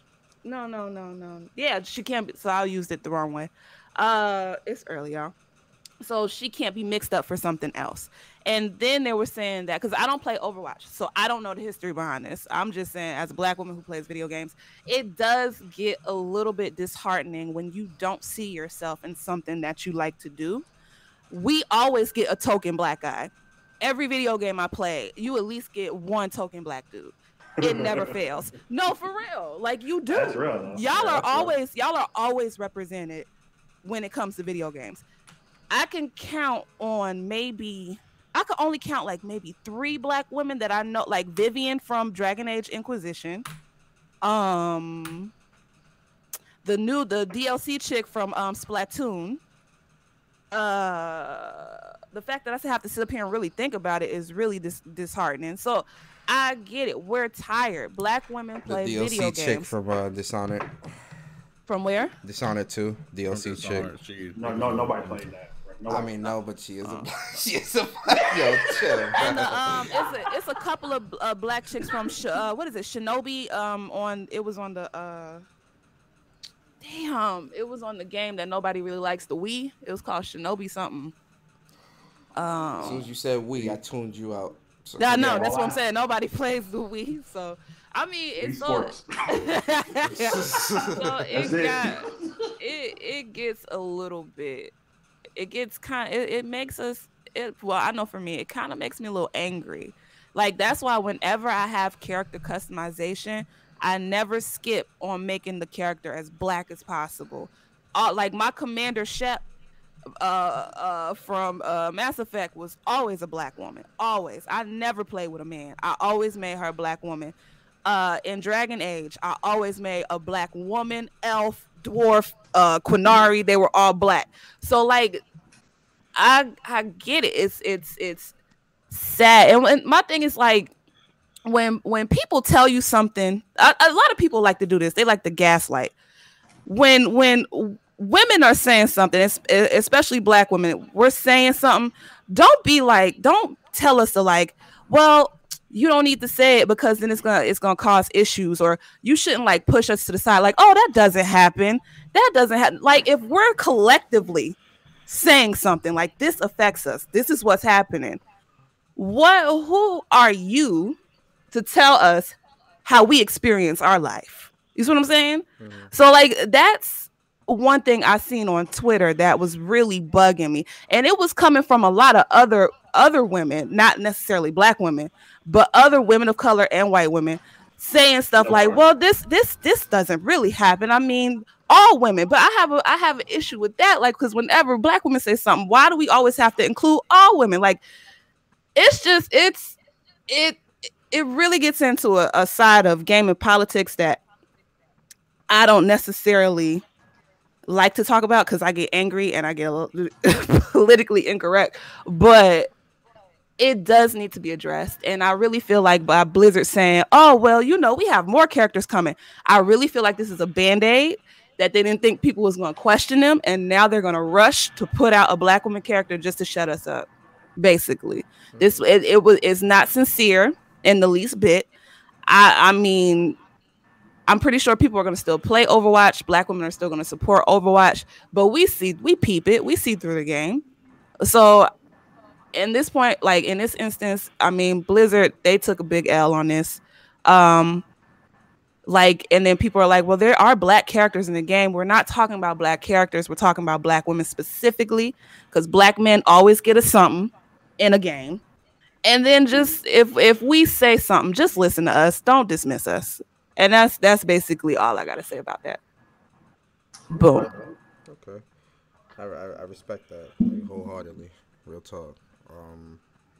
Chuck, what's your thoughts on this one? I got a couple thoughts, man. So pretty much, I'm gonna start with like how the Black man is represented, because I feel like the Black man gets stereotyped so much. It's like, I'm kind of tired of seeing it in games now. Like, we can't just be normal. You know what I'm saying? Like, you always gotta be over the top. You look at somebody like Doomfist in Overwatch, bro. You know what I'm saying? Like, he's just over the top. And I mean, that is kind of like that type of game, but it's like GTA, and like, we never have like a regular Black guy doing like regular things, if that makes any sense. You know, he's always had to be a gangster or something stupid like that. So I look at it as like, you know, yeah, while we do have the representation, I don't think it's that good, man, in my opinion, you know, because, you know, we don't have like the white roles, basically, you know what I'm saying, in video games. We don't have those, and it does suck. But going with the women, I do agree, man. I feel like, you know, a father of having 2 little girls, it'd be actually kind of cool to get more representation of that, you know, to see like, oh man, you know, it's kind of like when you watch sports, you know, like, oh, look at Serena Williams, that's kind of cool. I could look up to that, or, you know, some, you know, there's really nothing like that in gaming, like as far as Black women being represented, you know, and we kind of do need that. And Overwatch saying, oh, well, you know, we got stuff coming and this and that. They just kind of like trying to like downplay it a little bit, in my opinion. And like Lee said, they definitely going to try to force something out because it's kind of like, you know, when people don't want that type of heat, man. If you look at what Battlefield 5 went through with the whole, you know, one being on the cover thing and all that, bro, like nobody wants that type of heat, man. It's definitely going to be something that they're going to try to force feed us, and it's not going to be genuine. You know, it's going to be more reaction based and proactive based. And it's just, I don't know, man. It's tricky, man, because we just it's been like this for so long. It's kind of like you get kind of like numb to stuff, you know, in a sense. But it's kind of like you kind of have to. I'm not gonna say deal with it, but it sucks, you know, because we are not representing right in video games at all, in my opinion. You know, Afro Thunder, and I'm just looking at all. I'm just trying to remember like all these characters in my head, bro. Like it's always something like that. It's never like, oh, the black guy saves the world, and like that. It's just always, oh, he's the over the top angry guy, or the woman got to be over. Everything got to be over the top when it comes to African American. You know what I'm saying? I definitely don't like that. But I kind of like, you know, it is what it is, man. You know, look at the people who actually makes the games, and you kind of see why they feel like they have to go that route. That's just my thoughts. I respect that, man. Yo, Demi, what Chief talking about, man? Well, I just got off the phone with Chief, and no, but I'm gonna be honest. I'm an Overwatch player. Been an Overwatch player since 2016. That's like my go-to game. I will say, for a game that prides itself in the diversity of the characters, so far it's been a hit and miss, especially with the representation of black people. Some people say, well, black men are represented with Doomfist and Lucio. But if you look at the two, they're still the two tropes and stereotypes of black men.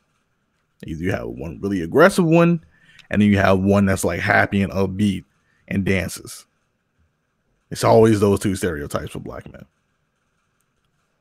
And with the representation and diversity that this game is supposed to be priding itself for, with all types of races and heritages and people in the background, it needs to be a bit better. You have Korean women, Chinese women, Swedish, Egyptian, German, even Indian, and she's autistic. So with that kind of diversity and inclusion and the creativity behind it, I don't see why Ash couldn't have been a black woman, especially around the time when they were running of Outlaws and she was running with McCree. That's cool. Hell, you even have a hamster and a gorilla in this game. Yo, I seen the tweet. Yo, I didn't bring up the tweet. Yo, I see the tweet where dude was like, y'all do got black. There is black people that he showed the gorilla. Oh, man. Wow. Yeah. Wow. See what I mean, bro? Oh, Crazy. Yeah, you have a hamster and gorilla in this game, and the last 3 characters have been nothing but, to be fair, European white women. But you want to know what's funny? Like, black women, like, they selling, like, okay, so when they released Old Girl on Splatoon, the DLC character, she was like the highest selling Splatoon DLC character ever. So, like, for Splatoon. So I don't get why people don't see like the numbers, but I don't know, man. That's just it's money in it. It's money, and at the same time, I look at Overwatch as that game. Yeah, you have diversity. You have many different backgrounds. So nothing nothing can change the fact that you have this background. So what is including a black woman going to do for you? And I'm not just talking about the light skin ambiguous. Oh, we can make her look a little bit different from being black, and she can be something else type black. I need chocolate black, that kind of black. Like, if you're gonna do that, but don't do it just because now it's an uproar and you want to feel included and now lose some of your player base from it. And but I'll go ahead. No, I was gonna say like again, like if they do put it in there, like what type of personality she's gonna have, man. That's more so my. You point. Already know what type of personality she's gonna have. My point exactly. That's my problem. Like she's gonna be sassy black with a big no, for real. She's gonna be sassy black with a big afro. I really hope she ain't sassy and black because that's what's gonna happen. I'm telling you what's gonna happen, bro. Because it's kind of a racial trope with Sombra too, because she speaks Spanish in the midst of battle, and she's like cocky and arrogant and stuff like that. And I really hope they don't follow the same suit. That's the way they make. They already did it though. That's what I'm saying. So why wouldn't they do it again? It's gonna happen, man. I'm just being honest. That's why I'm like, it is, and it's kind of. And it's kind of sad we didn't get the girl who made Orisa because she's African, but we didn't get her in the game. But we had Orisa, and I'm looking like, damn, that could have been awesome to have her instead of Orisa. But right, I guess we just gotta see. I just hope, I hope it ain't like another Coltrane situation if we get a black man, and I hope it ain't like just super sassy and like over the top if it's a black woman. I ain't gonna lie. I like Coltrane. I ain't gonna sit up here and lie. He reminds me of Shannon Sharp. So I'm just saying. I ain't even gonna sit up here. Yeah, Coltrane is black to the fullest. That I would give. But it proves my point though. Like it's always like that. Like it's always like when Coltrane was cool though. But like I said, but it's just Michi's accent. Are there even Americans in Overwatch? But they could put an African in there if it's Soldier 76, McCree. Yeah, Soldier 76 and McCree are the Americans. So there are Americans in the game. Or somebody from the Caribbean or somebody from South America because they have black people in South America. The DJ dude, he's from Brazil. See, they could have made Lucio the Brazilian. There we go. Lucio, he's Brazilian. Then I know they got what's that other black dude? Doomfist is from Africa. Yeah. I mean, yeah, even Reaper's from America too. Yeah, he's American also. Somebody in the chat said that Lee from The Walking Dead is probably the only like normal black guy. Yeah, that's kind of true though. That's kind of true. Like normal black guy. That's funny. I forgot all about him though. Mm-hmm. I mean, I feel like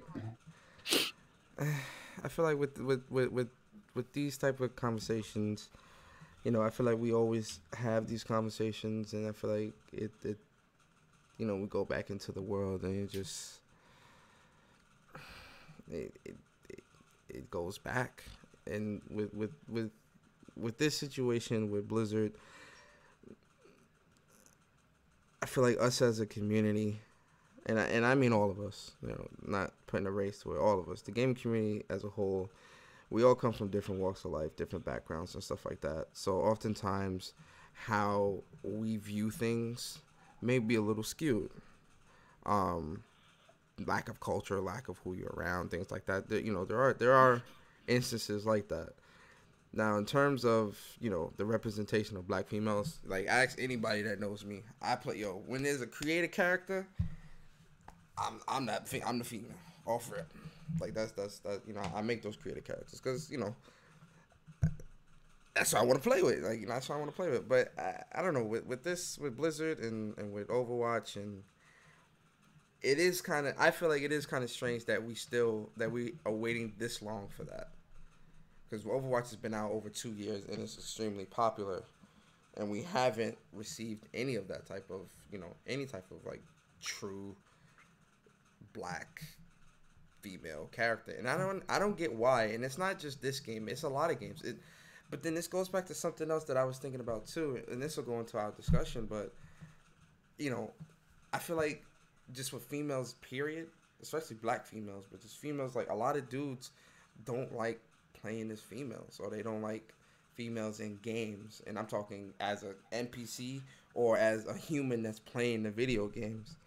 And, you know, that goes down an even deeper rabbit hole, but I think a lot of that plays into just everything of how, you know, black females aren't in gaming. You know how they were saying that, you know, the reason why there's not, you know, remember there was that whole argument of, you know, there needs to be more black leads in movies, and then, you know, emails got leaked that, you know, oh, well, black people don't sell overseas and all this other stuff. Well, then they were wrong. And yeah, of course they were wrong. But, you know, it's those assumptions that really, you know, that really affect these types of things. It's like you're assuming something that really isn't true. And the same thing applies here. And I think with Overwatch, you know, the suits are the ones that are looking at this and are like, you know, a room full of men, like, yo, no, we want this, you know. It's fucked up. But you always notice their go-to black woman is always Egyptian, because I mean, in all honesty, they, in our movies about like history or whatever, they always cast a white person as an Egyptian. So they're comfortable with putting Egyptians in game and say, oh, here's your black girl. Here you go. Play her. So it's like, no, like, nah, you pick and choose. We want Egyptians to be black. Like, nah, give us somebody give us a Jamaican, give us a girl from the South, give us a girl from Sudan where they're like, or the Congo where they're super chocolate. That's what we're looking for. We're not looking for, oh, the Egyptian where you really can't tell if she's like, come on now, like, get out of here, bro. Nah. So let me ask this real fast. So instead of going like the sassy, you know, over the top stereotypical route, how would you feel if they just add like an African like princess or a queen or something like, or goddess in the game? Like, why can't it just be a black person that's just why can't it just it has to be themed. Like why can't it just be a scientist that's just black? Or like professor. Technically, they could do a scientist, or they could do a hunter, or they could do an assassin type character. I would like. That's what I'm saying. Like, I would like just be that. I would like a priestess type of connection to it. Like it's still like technology, but like it's still kind of like old girl in Black Panther, basically. With the next character, Echo. Yeah. With the next character after this, Echo is supposed to be like a scientist / hacker type, like advanced somber type character. So that could possibly be the next person who they could actually do that with. Yeah. I mean, we have people like it. I think in comic books, especially in Marvel, they do a good job at making characters, especially black women characters. So like we have nice representations, I feel like, in that aspect. But yeah, it really needs to translate over to like games and stuff. Like it does. I think everything. I do think representation is important, and everything that we do. And representation does matter. Can we get to one of them? That representation is on both sides of the spectrum, though. Yeah. I feel like the representation on the game side, but you also need to have that representation on the development side. Representation matters. It really does. You like to look at stuff and see yourself. That's what I'm saying. So I'm like, you know, when it comes to developers, and you know, this is not a shot at developers or anything like that, but oftentimes developers are making people in their image. So, true. You know, true. Of course. And that's what I said earlier. I'm like, they are literally is like, oh, this is what a black guy's supposed to be like. Yeah, you know what I'm saying? Boom, boom. I'm just like, what? Yes, and I'm not trying to put, you know, it's not me trying to put any developer down or anything. Of course like not. That. Nah. What I'm trying to say is, you know, if we've got, you know, a black kid, a black chick from the hood that, you know, made it out and she went and became a developer in college and all this stuff behind the artist station and behind the development process and in those meetings. That's the representation that matters. Like, yes, the in-game representation matters, but what's most important is the behind the scene representation, because those are the things, that's the engine, that's the mouthpiece that we as black people need. You know, because when you're in that meeting talking about ideas about a character, right, and the black character turns up, if the room's full of white people, who are they going to look at for pointers on how to do blacks? They're going straight to YouTube, bro. Yeah, like, if you have like one or two black people in the room, like, oh yeah, let's do a black chick, you know, she could be like a artsy type of chick, you know, with nice little dreadlocks, with back, whatever, it can be that, but you need that mouthpiece there. That's why, on this united front, we need to get more women, more. I think blacks, period. But since we're on the topic of women, we need to get more women into tech, into gaming, into these types of things, because you want that mouthpiece. You want that. So honestly, with Jay, I think her name is Jay, right? From Black Girl Gamers. I think that's her name. So basically, what she did was set the ball in motion, and I commend her for that, because like you said, they're not in the boardroom saying, oh, we need a black woman, oh, we need this. But she did, and I like when people do this. They take them to task on the internet, and then essentially you get what you want, and then now they know better. You see what I'm saying? Like, so even though it hurts that you had to do that, but at least they know better moving forward. Now, if you don't give us what we want, it's disrespect at this time. I mean, in all honesty. Hey man, I just like to go on. We just went off a super tangent. You gotta address this other Blizzard situation. Oh yeah, definitely. Oh yeah. Because is this an out of season April Fool's joke? What month is it? Yo, listen, Blizzard. Let me 212 with you for a second. You feel me? Y'all on some next level shit, man. So BlizzCon obviously was last weekend, and apparently, with BlizzCon, it's kind of a big deal. Blizzard definitely has a devout following of fans, and there was a lot of talks about a brand new Diablo announcement. So at the keynote on stage, in front of hundreds of thousands of people, Blizzard announced their new Diablo game, and lo and behold, it wasn't Diablo 4. The game that they announced was Diablo Immortal, which is a mobile game for iOS and Android. Clearly, it was met with anger and frustration and disappointment. And when it was the Q&A, honestly, I wouldn't even have allowed a Q&A, because you knew this was going to be what it was. So, during the Q&A, fans walked up, they expressed their disdain for this announcement, and probably the most savage thing said there was, is this an April Fool's joke? He said it with straight face and all. And my thing is, there were journalists that were condemning these gamers for speaking out about their disdain or their anger for one of their favorite developers not delivering on what it is that they should have delivered on. The last Diablo game was 2012. Folks been waiting almost 6 years. So you telling me the newest announcement?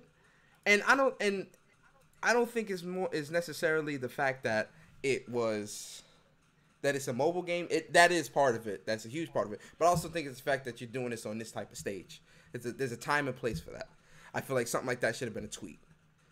Because you know how your fans are, you know what your fans really want, you know what your fans are looking for. But you had game journalists that were condemning the gamers and calling them ungrateful and things like that, or saying that they should accept and be happy that they're getting something. And I'm like, why is it that when it comes to our favorite developers, we can't speak out against it? I love Sony.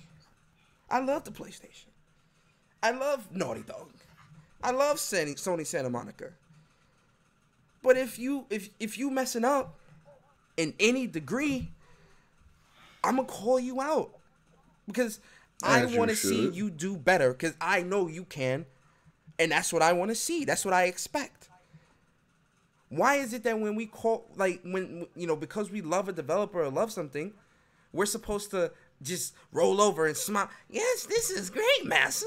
Like, nah, this ain't good. Anyway, starting with Demi. What's your thoughts on this one? I'll make you real with you, Chief. The fact that they dropped D4 footage and was like, yeah, we got him with this one. This the one. This the mixtape right here. Before you even continue, let me stop you right there. So apparently, Blizzard debunked those rumors that they were going to show Diablo 4 and pulled it from being shown at BlizzCon. They debunked it. They said apparently that's not true. Apparently. I don't know. I feel like even, that makes it even worse if it's not true. The fact that they came in with Diablo Immortal was like, we got him with this one. Like, bro, what? No. What makes you think that your hardcore fan base is going to support a mobile game? Seriously. Gamers hate mobile anyway. Yeah. I don't care who you are. I don't care if you're Xbox, PlayStation. If one of your favorites come out with a mobile game, who's going to be like, you know what? I got to download that right now. Okay. I'm sorry. The reason why I played Ace Attorney was because I downloaded it on my phone. Sorry. But that's a full game. But that's saying a full game. And the Harry Potter mobile Ace game. Attorney that was on consoles? It came out on the iOS. But that's a full game. That was a console game first. Was it on consoles? I mean, it was, but then I also played Harry Potter. You played the Harry Potter game? As soon as you said Harry, I already tuned you out. So first of all, watch your mouth. Watch your mouth. You don't disrespect Harry Potter. Thank you, Demi. Thank you, Demi. Got reviews. Thank you for protecting me from the troll. But yes, I played the Harry Potter games, guys. You played the Harry Potter game, the mobile game. It was so good. You guys hear this bully? Oh my god! Please. What? It was good. I liked it. Please. I used to play Candy Crush hard, bro.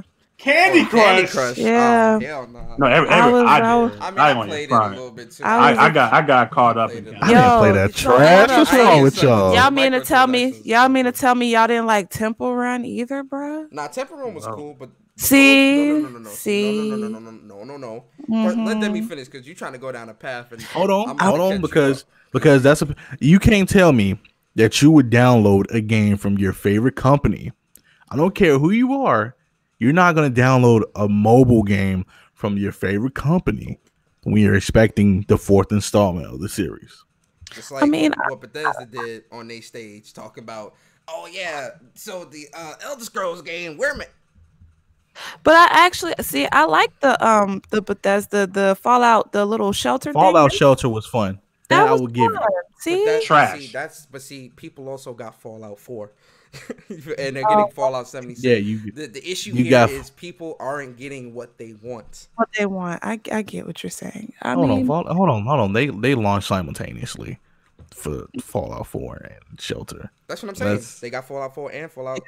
They want it. Shelter. Yeah, but then now you got Fallout 76. It ain't nothing to really back you up there, bro. Fallout 76 garbage, but I'm just saying, Nobody care about that game. On the Sabbath. Nobody care about that game. Listen, bro. I'm a Fallout fan, and I'm not buying it. Wash. I'll put bread up on that. I'll put $100 up. Fallout 76 gonna be a wash. That's gonna fail. That's gonna flop. Hold on. We'll jump into that, but sticking to the main topic of Diablo, bro. I'm sorry. Poop. Blame the bully. I'm not Immortal. I'm not buying that. I'm not getting that. I'm not even thinking about that. Is this an April Fool's joke? Is this an early one? Is this what is this? Y'all are so critical. No, because Diablo, I've been waiting for Diablo 4. I'm waiting for it, like, come on. But then a mobile game? People have a right to be upset at this. Now, if you announce Diablo 4 first and then do the mobile game after, all right, cool. Yeah, if you said Diablo 4 and then you can play Immortal and get an early start on leveling up your characters, all right. That's an incentive. Let's go back to Microsoft E3. If they were announced that Gears Pop game and not no Gears 5. I was just about to say that, bro. They would have got destroyed. I mean, they would have got slaughtered, bro. They would have got slaughtered, bro. They would have got slaughtered on social media. You crazy? This is why they did Gears 5 first. And here you go. You get Gears Tactics and Gears Pop. Because nobody care about. Ain't nobody thinking about no Gears RTS game, bro. Ain't nobody knows. Nobody, bro. Ain't nobody think about no Gears Pop. I don't want to hear what nobody talking about. At Gears of War 5, that look hot though, bro. I can't. It does indeed. Since you very critical, Leash. Well, no, Demi, did you finish or you still giving your thoughts? Sorry, I'm done. Go ahead. Leash, since you so critical, give us your thoughts on this. I like how you're trying to really bait me right now, and I'm not falling for it, bruh. You using keywords to bait me, like trash, critical, calling me a bully. Yeah, ain't gonna work today gaming with Persona, okay? Not going. She's saying your whole government name, bro. Gaming with Persona. Are you going to give your opinions or ramble? It's not gonna work today. I have it. Ooh, you see, guys? You see? So I'm gonna keep it civil. I'm gonna keep it cute with a Q. Ain't that right, Jimmy? Okay. Factual information. Thank you. Anyway, I haven't played. Well, I've never played a Diablo game. I used to watch my brother. Yeah, I'm not gonna say. I used to watch my brother play Diablo 2 on the computer. That's like the closest experience that I got to Diablo. I'm not even gonna sit up here and lie. So I really didn't feel no type of way about this information, but I do see where y'all are coming from. But in my view, I feel like they're giving you something. Like it might not be what you want, but it's something. Now it might not be good because from what I read, it was trash, but it was something. So maybe they just need a little bit more time before they give people trash. I don't know. I don't have any feelings about this game. So I'm just Diablo trash. What? No, I'm saying like maybe they need to work on it more, or maybe I don't know what's going on with Diablo 4. I'm just saying like they gave y'all something. You see what I'm saying? So yeah, that's kind of But when I watched Diablo 4, like when I was watching my brother play Diablo 2, I'm sorry, it wasn't a game that would appeal to me. So it was very dark. Diablo 3 would appeal to you more than. Yeah, that's actually a good multiplayer game for us to play too. No lie. It is. Is it on PS4? Yeah. Yeah. I still got it. If you gonna buy it, I think it's like. I'll rebuy it. Yeah, I'll rebuy it. How much is it? Probably like $20-$30 maybe. I'll look and see what my bank account looking like. That's a big grinding that'd be game. A good game night for us. I ain't even gonna lie. We could do that. We could do that this week. I ain't gonna front. You want to do it tomorrow? Or we could do it tomorrow. I'm gonna see what I gotta see how much it is. Because if it's $60, I'm not buying it. I'm gonna keep it a buck. Yeah, I'm not buying Diablo for 60. Yeah, I'm not buying it for 60. But if it's like the most I'll pay is 30. If it's 30, I'll buy it. I'll rebuy it. I didn't know it was multiplayer. So what do you? Okay, we'll get into that later. But anyway, I'm like, what do you do? Like, I just remember my brother beat him up. It's just rolling around a dungeon, just beating up things in the dungeon, and then loot, and that's it. Oh, okay, cool. Yeah, that's it. Oh, it's fun as hell though. I ain't gonna lie. Diablo 3 is hella fun. Fun. Real talk. But yeah, so I'm just saying they giving y'all something. It might not be what you want, but they trying. I see what they're trying to do, and they did. And it's funny because they really didn't expect people to be like, "What the fuck is this?" That was the funny part. Me reading the article, they really thought they was doing something. Leash like I feel like Leash one of the parents that'd be like, "Oh, mommy, I'm hungry." Like you see that bread in the like you got something like what? I really, you giving us something. Oh my god, Leash. I'm really that parent. Like I don't really like to cook, right? So she's used to me like doing food. Like we go out to eat, we'll sit down and talk, chop it up. But there's sometimes I'll be looking like, no, we got food in the house, and she'd be heated. I'd be like, you spoiled, bro. But yeah, that's you say you got food in the house. All right. Nah, you gotta get it right, Debbie. All right. Oh my god, this is what I gotta deal with. But yo, Chuck, what's your thoughts on this, man? I know Chuck. You know why I like Chuck, man? Because Chuck, he's so critical of games that you would expect gamers to like. Chuck don't like, and that's why I love it. Because it's funny. Because like he don't be caring. Chuck got weird taste, bro. Hey, bro, my taste is godlike, fam. Look, man. Yeah, I mean, look. Here we go. Look, bro. Go ahead, bro. No, I can understand why they're mad because like, how many times did they re-release Diablo this gen? I mean, they re-released this game so many times. You know, you said 2012, right? It was the last time this game came. It's when it came out. Yeah, I mean, it's rough, man. You know, mobile. I could kind of see the mobile route, man, but that cannot be like your only announcement. You know, you have all your fans at BlizzCon down there sending everybody was hyped. And for you guys to kind of do, it's kind of like a slap in the face of your consumers, man. And it's like, damn, we kind of expect at least give us a fucking like, you know, when the 10-second trailers with the title disc go, give us something like that, and then we'll be fine. You know what I'm saying? But just don't leave us hanging with, oh, this is a cell phone game, and you know, be happy with it, man. And that's lame to me, bro. Like they taking advantage of their consumers, which is. You know, when you get too cocky, you know what I'm saying, bad things happen. We've seen that so many times in this industry, man, from Microsoft to Nintendo to Sony. When you get too cocky, you get too except Rockstar, they like the only people who get away with it, bro. But everybody else, man, pretty much, you know, feels the repercussions of doing this. And, you know, yeah, maybe they're going to announce it later or whatever, but I feel like why not announce it at BlizzCon when everybody is there? Everybody's excited for the game.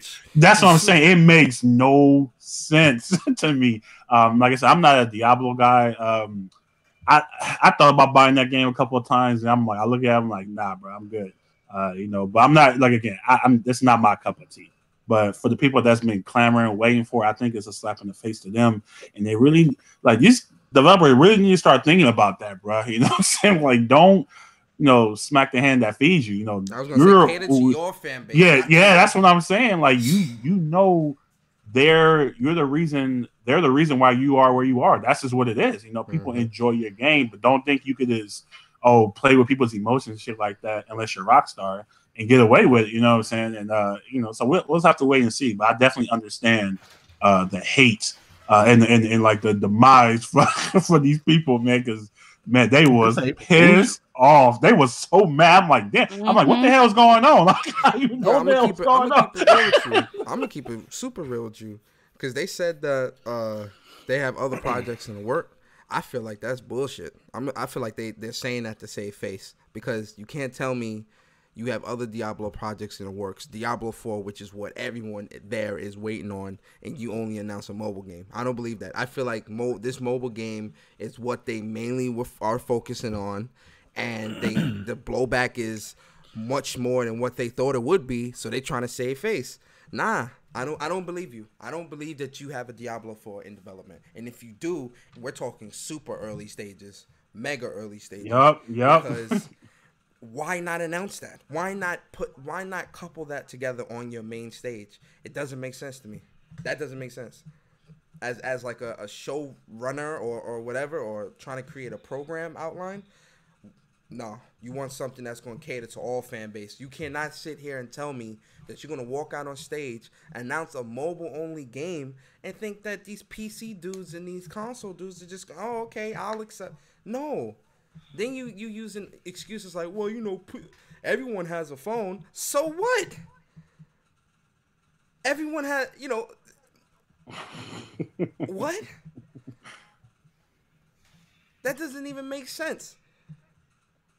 Everyone got teeth. That don't mean their teeth is white. What? I don't know. I'm trying to think of a good analogy. I can't think of it. I just like to say that such an uncle, bro. I just like to say that Diablo 3 is $60. So It is. Oh. Why? That's is that Nintendo game? No. All they have is the Eternal Collection on the store, bro. And I'm just like, better go to GameStop and find. I forgot I got the app on my phone. Good. Better go to GameStop. I'm Gucci, bro. Well, never mind. Well, GG's boys. Call it a day. In my closet, I have to look. But yeah, I mean, yo, I really don't feel like they had it out there. I really don't feel like they have Diablo 4 ready yet. Because there's no way you're gonna walk out there and only announce a mobile game and then walk off stage and think that's good. Nah. But anyway, let's get to the discussion real quick. I talked about this on When Persona Speaks, and I was like, you know what? This is a MOG and Friends, especially we got Chuck on the show. I'm like, yeah, this is a MOG and Friends topic right here. So, popular YouTuber Scirocco. I watch him on YouTube sometimes. He streams different games and stuff like that. I'm not going to show the video that he did because that's super offensive, and I'm not trying to get my channel banned. Damn that. All right. But yeah, I'm gonna pretty much just detail what he did. So pretty much on RDR2, you know, you could do all types of crazy stuff. It's crazy. All the things that you can do. And one of the things that he did was he punched a feminist. When you get to a certain place in Red Dead Redemption 2, it's called Saint Denis. And there's a lot of, you know, that's a more of an industrialized town. And in the town, you know, there's, you know, you start to really see like where movements began, like, you know, the female empowerment movement and all these different things, the creation of cars and, you know, all these great things, whatever. So in the street, there's a woman that's saying, let me vote, let me vote, let me vote, let me vote, you know, a feminist, you know, out in the street protesting, whatever. I seen her. I ran across her. I've heard her. Because at first I kept hearing, let me vote, let me vote. And I'm like, where the hell is that coming from? Like, what the hell is going on? I thought I was going crazy. And then I finally found where she was. I'm like, oh, this is dope. Like, me personally, I was like, oh, this is cool. That's what's up. Like, this is real authentic. I like the authenticity of this. Whatever. So Scirocco, he made a video, a slew of videos, actually, of him punching a feminist in the face, punching the feminist in her face, hog tying her and dragging her with his horse across the street, drowning her in the river. Sounds like a rock star. Feeding her to alligators, and then kicking her in the head, stomping on her face, like all types of OD crazy stuff. He made, you know, wow. And YouTube banned him. They banned him. They banned his channel. Now, yesterday, it was confirmed that they unbanned his channel. He did go on Twitter and was trying to voice, you know, he said, you know, YouTube closed my channel, and he tagged a lot of the big YouTubers like Young Yeah, Jim Sterling, Boogie, just so that this can get attention because he was trying to, you know, get his channel unbanned, whatever the case may be. They unbanned his channel or whatever. But my question for you guys, and I'm going to start with you, Chuck. Did YouTube go too far, or did he? Does this open the door for? Because this is freedom of, I guess, speech, freedom of expression, freedom of. I mean, it's a game. That's my point. Yeah, that's what I'm saying. Like, it's getting kind of stupid now, bro. I mean, I remember the first time I played GTA was GTA 3. And what the hell did you do most of the time? Running around, see how many stars you could get. You was killing everybody. You was running over people, shooting cops. You was doing all this, man. I just think this day and age is like, it's like anything you do, man. It's like you damned if you do, you damned if you don't. Him doing that to a NPC in the video game is stupid. You know, I mean, not stupid, but for them to react like that is stupid. You know, he kind of, I mean, I guess he was just making fun of the feminists. Like he's not into feminists, so he's like, oh man, I could do all this stuff to her. But we've been doing shit in Rockstar Games forever. Like this is nothing new. Let me get the weapons code, unlimited ammo. Let me go just murder anything and everybody. And it's like it's not to be taken seriously, you know. But YouTube is definitely on their trip now. They doing this with a lot of games, man. Like Mortal Kombat is going to be tough going forward, man, because they deemed it as too violent, you know. So we looking at an era now where YouTube is kind of taking away some of the freedom of people doing things that's been in games forever, because they don't want that, you know, type of stuff on their I guess their site or whatever. But I think they're kind of going overboard with banning him for something like that, man, because if you really look at it, if that's the case, man, then there will be nobody on YouTube if everybody's playing Red Dead Redemption, because everybody's killing somebody.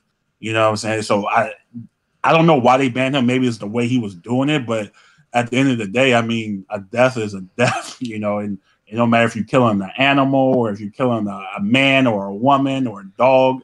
Killing is killing. So I don't understand why they try to make an example out of him on based games. off who he was. I had to on games. Killing me on games. Yeah. On games. You know what I'm saying? But I don't understand. Good looking out. But I'm like, no problem. No, but it was definitely like, yeah, because that did sound kind of crazy. Huh? Right. That did sound kind of crazy. I was like, holy shit, let me at least you with the same, bro. Yeah, it's gaming, folks. It's gaming. You know what I'm saying? But nah, I just kind of think they're kind of like being too reactive now. You know what I'm saying? They just, oh man, it's just too crazy. Let's take this down before, you know, it end up everywhere. But I'm like, video games has been like this forever, man. Like Call of Duty, like you guys played COD, man. How many motherfuckers you killed in COD, bro? Like just headshots, all this shit, bro. Like it's been in games forever. More Modern Warfare 2, the airport scene. Like it's just so many shit that's been in gaming that has like, I'll say kind of like been kind of over the top, that I don't understand why this alone would get somebody banned, but they did reverse it because they knew they sounded stupid. And it was stupid at the end, and it was like, yeah, you know, he's good now to gain his channel back. But overall, I feel like YouTube, they gotta like, you can't like play both sides, bro. You know what I'm saying? Because it's some crazy shit on YouTube, bro. If you ever just search YouTube, it's some crazy shit on here, man. And you know, you can't just kind of like try to put this shine on the gaming scene when you got people talking about suicide and all this other shit on here too, man. So you kind of have to, if you're gonna do it on one, you got to do it on all. But like I said, I think it's too much for them to kind of handle, because like the game has been like this forever. But yeah, that's just my thoughts. I respect that. Demi, what's your thoughts, man? I think I see both sides of the spectrum here. I can see the outrage of why are you targeting just feminists? Mr. Neutral. Why are you targeting just oh boy. Right really? Down the middle. Really? I see both sides. Yeah, I see both sides. Like, playing the fence, huh? I see both sides. I'll play the coin, man. Just the coins landed on his head. But anywho, I see, like, why are you targeting feminists though? Like, there are women who's like on this radical agenda in Red Dead Redemption. They're trying to get women's rights and trying to get the right to vote, because you know it's 1863. 1899. It's 1899? Yes. That was 1863. No, it's 1899. Ooh. Does it really matter? It's still in the 1800s. Yeah. You talking about when Red Dead 2 takes place? Or the yes. Yes, 1899. Oh, the 1800s. It's still the 1800s where women didn't have the right to do anything really, and this is like around the time of before Susan B. Anthony came into play. So with that, yeah, women are trying to get the right to vote, and they're trying to do everything possible to do said thing. But why specifically target them? Of everyone that you can target in the game, from the KKK to traders to anybody, you target feminists. So, and it's not even the fact that he targeted feminists. It's the fact of what he did that makes it look worse. You go that distance and that far, really? That's why the backlash came. Not really just you punching her, just whatever, but hog tying her and feeding her the crocodiles, bro. It's not real. It's not real, but don't you think that's a bit extreme? It's not real. Even if it's not real, I get that part, but it looks like you have specific intent to try to trigger somebody off that. So let me ask you this, Demi. So if he did that to a guy, I mean, what's the difference? You could do that to anybody in the game. Right? I have a better question. What if he did that to a black woman in the game? Wait a minute. Hold on. Because hold on. Debbie said, wait a minute. Wait a minute. Woo! Give a Ric Flair woo right there. Hold on, because there are montages of people killing black people in this game. Okay. Outward now. They are? Yeah, there are. And they don't have the same backlash as this. But that's what I'm saying. So okay. I'm gonna let you finish. No, because I feel where y'all coming from, because it should be the same type of wave. No, I'm kind of a little bit mad about it, because it's I'm gonna let you finish though. I'm not neutral. Oh. I'm not like saying it's a game. Now the other side is it's a game. I'm slaying people left and right, bro. Like I'm laying them down. Like I turn on that Chief Keef and I go to work, but it's I can see Chuck's point. Yeah, it is a game, and we do this. We've done this for years. Why the sudden critical backlash now? But there are people with specific intents to set people off and set groups of people off with how they operate. The montages I've seen of people playing as Arthur, just going into the black like towns, just killing black people, crazy. I'm talking they deep in the bayou, just hunting, like going crazy. So I can see both sides, but I don't know. I feel like there are people when you do certain things like this, you get critical. You're gonna get a critical response and reaction. Do I agree with them banning his channel and then bringing it back? I don't think it's necessarily ban worthy. Probably a strike or something. Yeah, cool, whatever. But oh man, all right. I just don't see how is it strike worthy. I feel like you're specifically targeting a group or radical groups or a group and anything to try to get a radical reaction out of people. So if you just kill nothing but animals, should that get a strike too? Nah, because hunting is a part of the game. Yeah, hunting is a part of the game, but killing. Yeah, but are you killing women in the game specifically? Because that isn't like a main thing. But anything can be killed, though. That's what I'm saying. Yeah, like, anything can be killed. But going out to kill a feminist in a game, though, it looks a little bit weird to specifically. Well, why though? I mean, you can just randomly kill anybody in the game. Like so, you can randomly kill anybody, but specifically going out to target a feminist and a pro woman group to get the right to vote. So that's where he just randomly kill like regular people. What's the difference? There's no difference, right? Like if you just walk in somebody's house and just shoot them in the game, while they're sleeping or something, is that any different than what he did? No, because that actually happened around those times. I see the point you're making. I totally see it. They had like people hanging from trees and all this other crazy stuff as well in the game. Like, I mean, those times were something messed up that I did that I was gonna post this on Twitter, but then I was like, you know what, nah, because I don't want this type of backlash on me. But I was up in the snow area. I was riding and some wolves came through, so I shot them, and one of the wolves was limping away.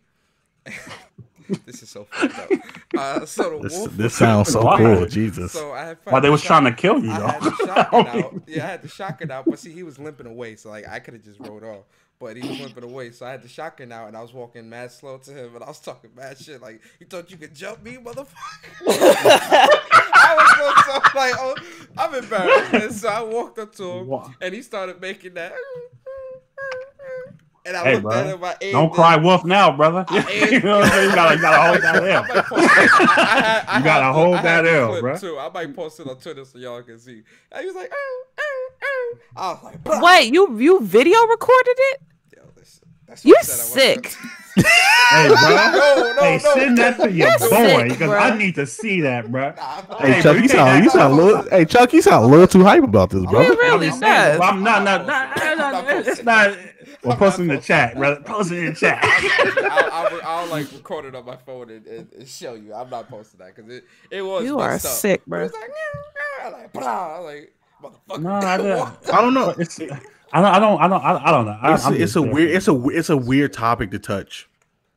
It's a weird topic because the other day, just yesterday, I was playing and then I seen a guy kidnap a black woman and I was like, oh, wow, okay, this game is going the distance.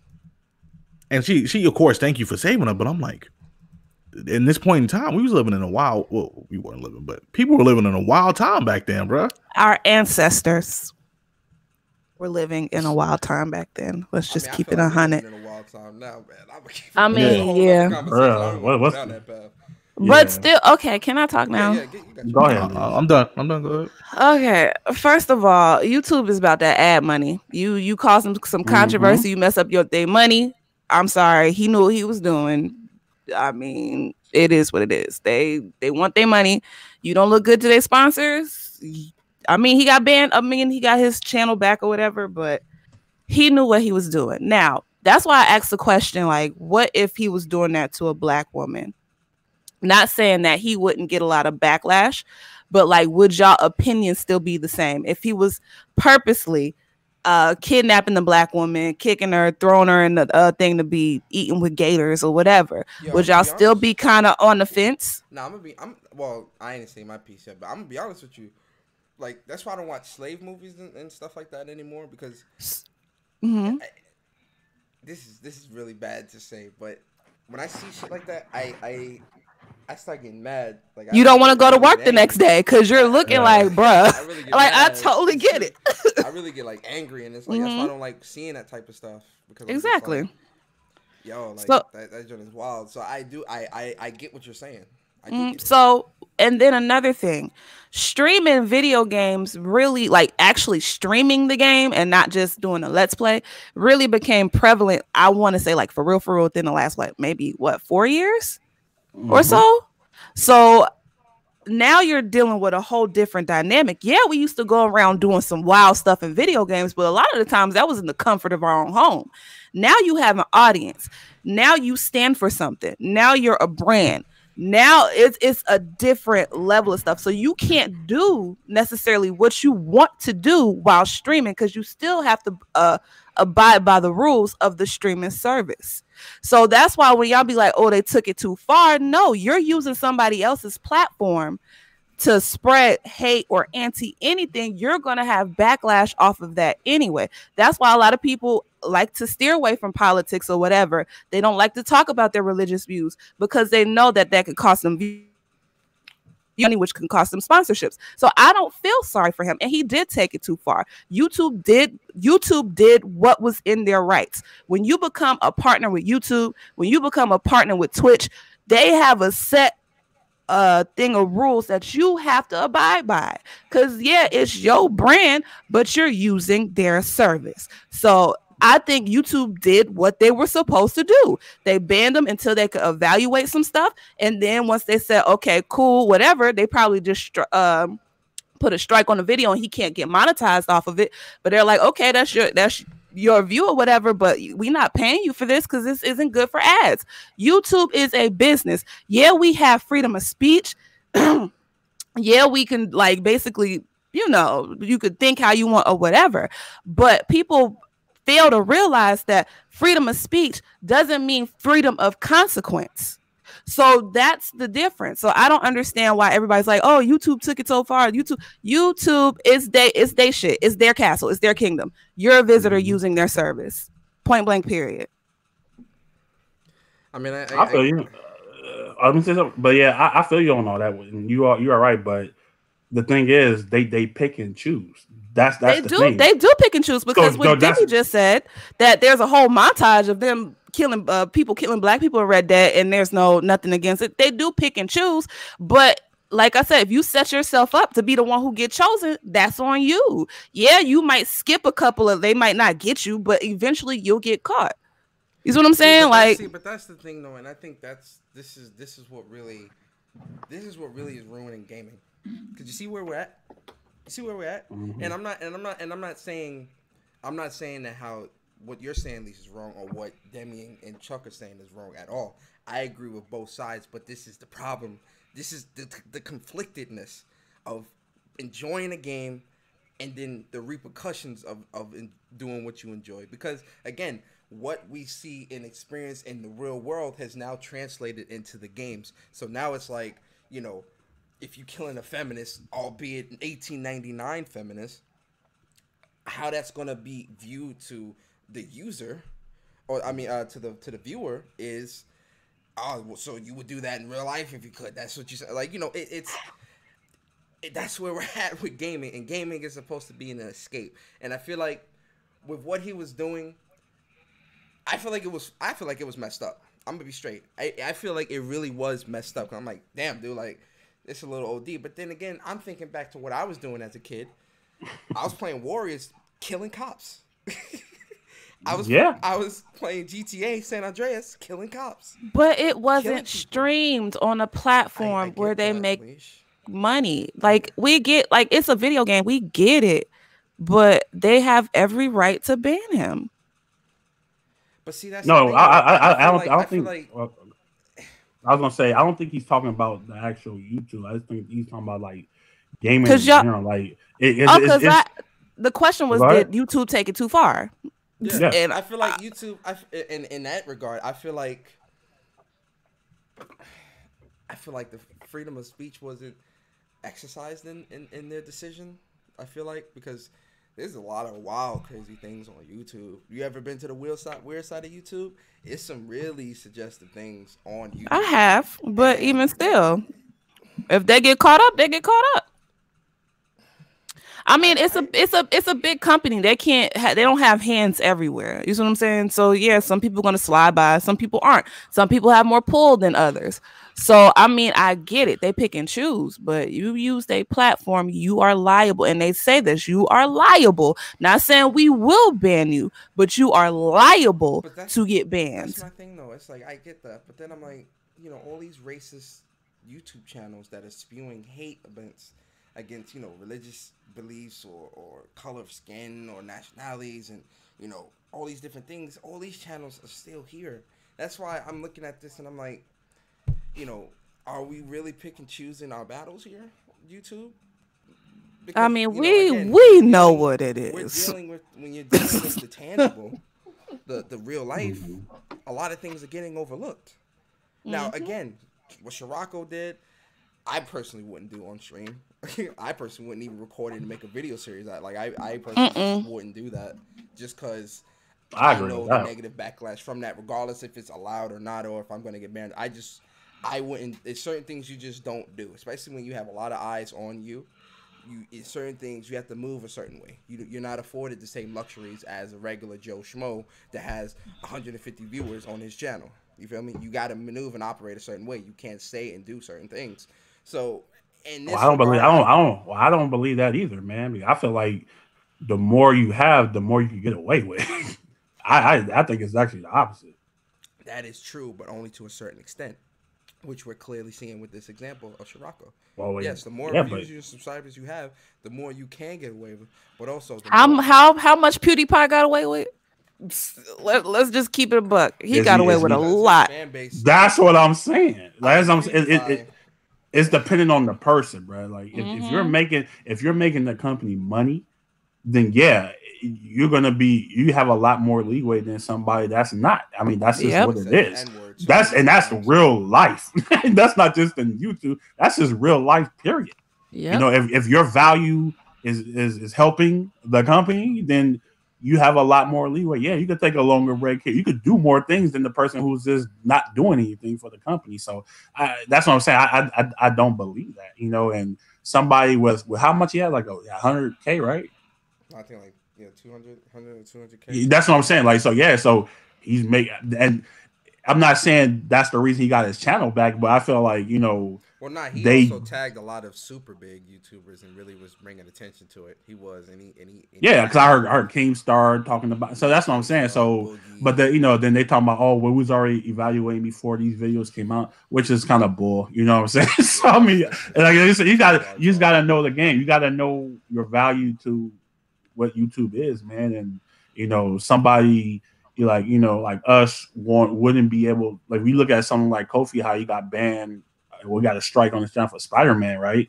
You know what I'm saying? Like, even though you know that's wrong, a lot more people was still putting up content before the game came out, and you know he got a strike. You know, so it just depends on who you are in this community and how that goes. Because you know, if you have to like towards the bottom, they're not really gonna tolerate you as much more as like somebody like who has 100K, 200K, somebody who's actually bringing in revenue for the company. Yeah. Either way, folks, crazy, man. I'm just trying to play. I had to say it's just a game, bro. I'm sorry. It's just a game, man. Well, I'm trying to ride up, fam, and get it. Don't stream it and get yourself. No. I mean, but like I'm saying, fumble the bag because you. I'm saying like Mortal Kombat 11, bro. It's gonna be. They already said it's gonna be a problem because that game it's been known for violence. You know what I'm saying? And this whole YouTube thing has started, I think it was like late last year or early this year, where they just they going crazy on what content they want on their channel because it's not ad friendly, like you said. So somebody like me who plays fighting games like Mortal Kombat, yeah, you got to kind of be careful because you don't know. Yeah, but you can't stop the violence in that game if you want to stream the game. You can't. Mortal Kombat is violence. That's just what it is. Whoa, what's going? What? That's why they said that's why they said Grand Theft Auto 6 will never be made in this current time because they feel like in this time it would. We are not in the state to drop. Yeah, no, Just too much sensitivity. the climate is it's a little hot out there. Overcast. It's But a little let's hot. go ahead. Let's get into these outros, man. It was definitely a good show. Again, a lot of these topics we can go back and forth for hours on hours. We all Like, have for different real. opinions. Yeah, we all have different opinions, and at the end of the day, even though we all do have difference of opinions, we still all respect each other, which is most important. Being able to have a conversation, debate.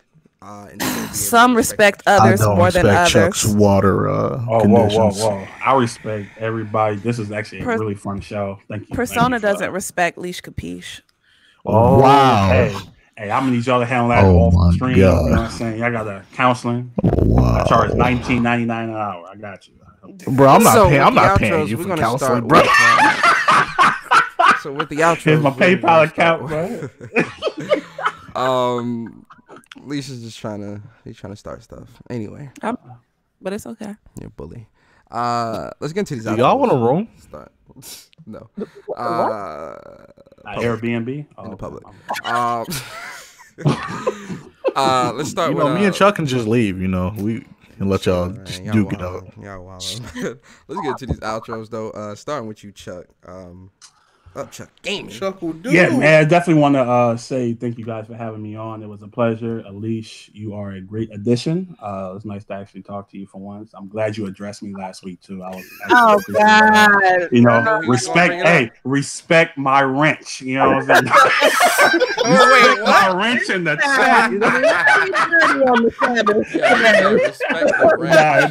Oh, Respect my my gosh. wrench, man. Nah, it's all good, man. You guys got a good thing going on here, man. Yes. Sub to the channel if you're into fighting games. I got a podcast every Tuesday with my man Dre, Plus on Block Podcast, 8:30 p.m. Eastern Time. We talk all fighting games on there, and we always have fun. Talk shit on there, of course. My man, that's my brother, my man Dre right there. Hit me up on Twitter too, Upchuck Gaming. It's pretty much, I'm talking shit on there, sports, video clips, you know, this fun on there, man. So definitely hit me up on there. But again, I love MOG, man. I listen to it every morning with my Joe. I got my cup of Joe, man. I got my kick my feet up, and I watch you guys go at it, man. You guys got a good thing here, and much success in the future. Thank you, man. I appreciate it. Thanks. Yo, you guys, y'all see what's on the screen? This is Chuck's channel, man. He does podcasts every week, fighting games, fighting game tech. He had a podcast just earlier this week talking with the winners of the Dragon Ball Z tournament. Straw Hat, Kaz, and he had Zeke three monsters, man. Monsters. That tech Monster. talk was way too good. They was going in. Yeah, they were going in. But you know, as you can see on his channel, man, he posts a lot of content. Yo, support my boy Upchuck Gaming. Also, this is his Twitter. TOA Yami man Yamu. Can't wait. I ain't gonna front that game dog shit. That jump force dog shit. I'm gonna keep it about. But hey, bro, don't hear it. Jump force is kind of but yo, this Chuck channel, man. Oh, Chuck Gaming, man. Please go follow my boy Chuck, man. He posts a lot of good stuff, man. Fighting game tech, funny little quotes, memes, and stuff. Support my boy, man. Support my boy Chuck. Yeah, we have fun. Support We my definitely boy. have fun over there, man. Factory, You guys factory. definitely got that. I love the crew, man. I love it, man. At least you're a great addition, man. Factory. So yeah, shout out to Chuck. Shout out to Dreology as well, man. His co-host on Plus on Block podcast every Tuesday. That's my 8:30 brother. Eastern. Yep. That's my boy Dre, man. Cool. Cali Another too. real cool dude. Real cool peoples, man. Good at fighting games. New York. New York native right there. But yo, get to the Mog and Friends crew. Leash, give a shout out. What am I doing? Okay, so like I told y'all last week, I'm switching up my stream schedule, so it's gonna be sporadic, but I will stream every Tuesday. I always stream every Tuesday. I haven't missed a Tuesday since I've been doing streams on Tuesday because I get the drink. So anyway, so you'll catch me like every Tuesday at 11:30 p.m. It's my Tuesday pour-up streams. I know for a fact that I might be switching to Mondays instead of Wednesdays because I don't have to work the next day. So that might be another thing. Other than that, I'm just playing games. I'm kicking it. They want me to finish The Last of Us, but I don't want to finish it on stream. So I might play something else off stream. I mean, I'm going to play it off stream, guys, but I'm going to play something else on stream because I'll be too distracted. And I like to talk mess to my chat and stuff and all that good stuff. So I need a game that I could play and like, and I could still be interactive with my chat and all that good stuff. Thank you, Chuck, for coming to the stream as well. And I mean, I thought you were going to be spicy like Persona, but you're actually pretty cool. So I'm a chill guy, man. I mean, if I got the Henny in my system, though, I don't know. I can't. Well, good thing that didn't occur. It's a good thing that. Oh yeah, really? We was going in. Feeding off each other, man. That's quality content, man. Listen, we was going in that day. We got our new member, Ant, which he's not like cementing yet, but he's got next year. He's definitely gonna do a lot. But me and Chuck, when we commentate tournaments, it's nothing but jokes and it's good tech talk. So we have fun, man. When it's Bari and Chuck, nothing but jokes, good tech talk. When it's me and Bari, nothing but jokes and good tech. Trust me. Like, yo, my God. Yeah, TOA, bro. Facts. TOA is hot, bro. Hey, at least real fast. 11 is that 11:30 Eastern or what? I don't know. Oh, Eastern Standard. Yeah, Eastern Standard. So at night. Okay. So it'll still be kind of early for you. Oh, yes, I know. Yeah, you West Coast, right? Yeah. Cali boy. Yep. Oh, also when I hit 20 subscribers, I'm doing a Hennessy pour-up stream. It'll be subscriber only to do the pour-up commando because y'all ain't trying. Y'all not gonna kill me. I ain't trying to get banned. Oh shit. So once I hit 20 subscribers, it's gonna be a Hennessy pour-up. I'm gonna do it like on a Saturday. No, I can't do it on Saturday because then I have to go to work. So I'm gonna do it on a Friday because I won't have to go to work. Yeah, you don't want that. But once I hit 20, I'm at 17 right now. So I'm actually gonna. I think I'm gonna stream tonight. I'm going to stream tonight. Hold me to it, y'all. I'm gonna stream tonight, or whatever. And yeah, just I come by my stream. I talk shit. It gets a little ratchet, just as a disclaimer. But yeah, we have a good time. And yeah, that's it. Definitely subscribe to Leash Capice. All her links is in the description. Go into the description. Subscribe to everything. Subscribe to everything, ladies and gentlemen. Everything. Then we got my MOG boys in the building. See, I don't even get. Listen, I don't get that. I don't get the excitement. I don't get the hype. I don't get none of that, bro. Yo, we got MOG first and last lady of MOG. Auga. What? Okay, you know what?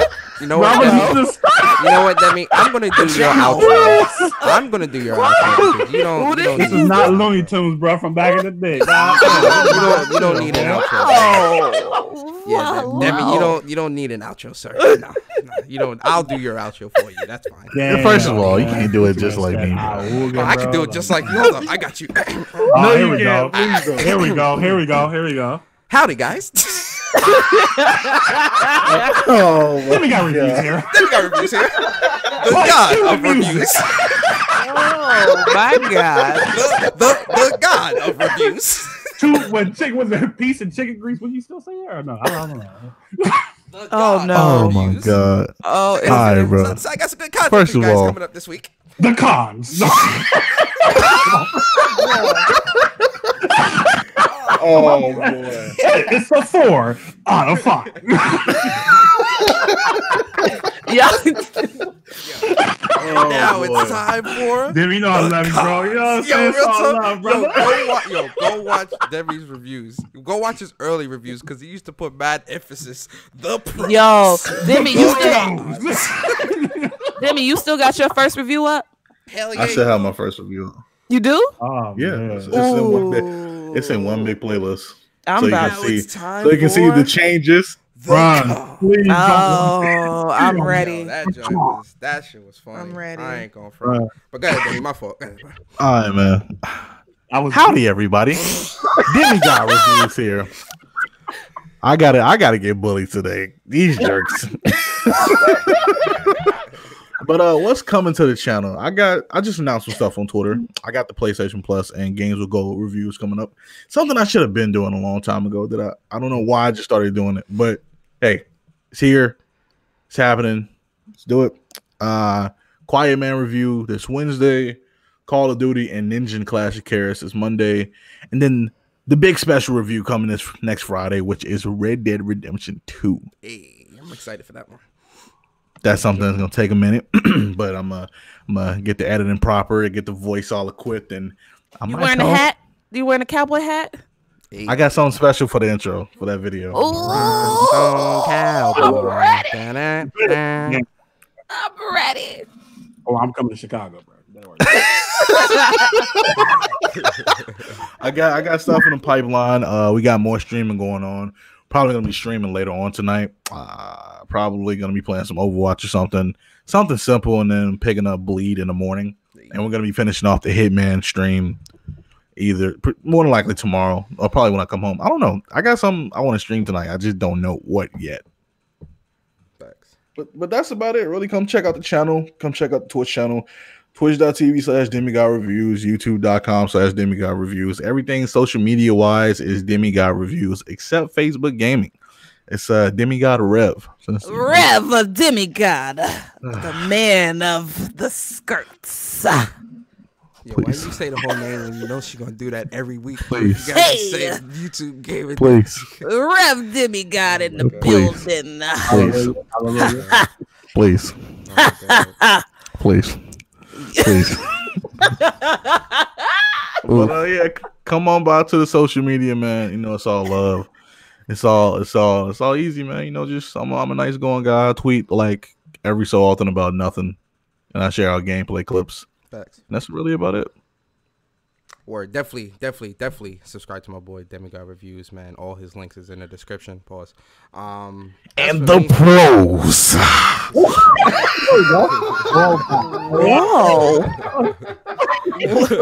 Hello. Lawsuit.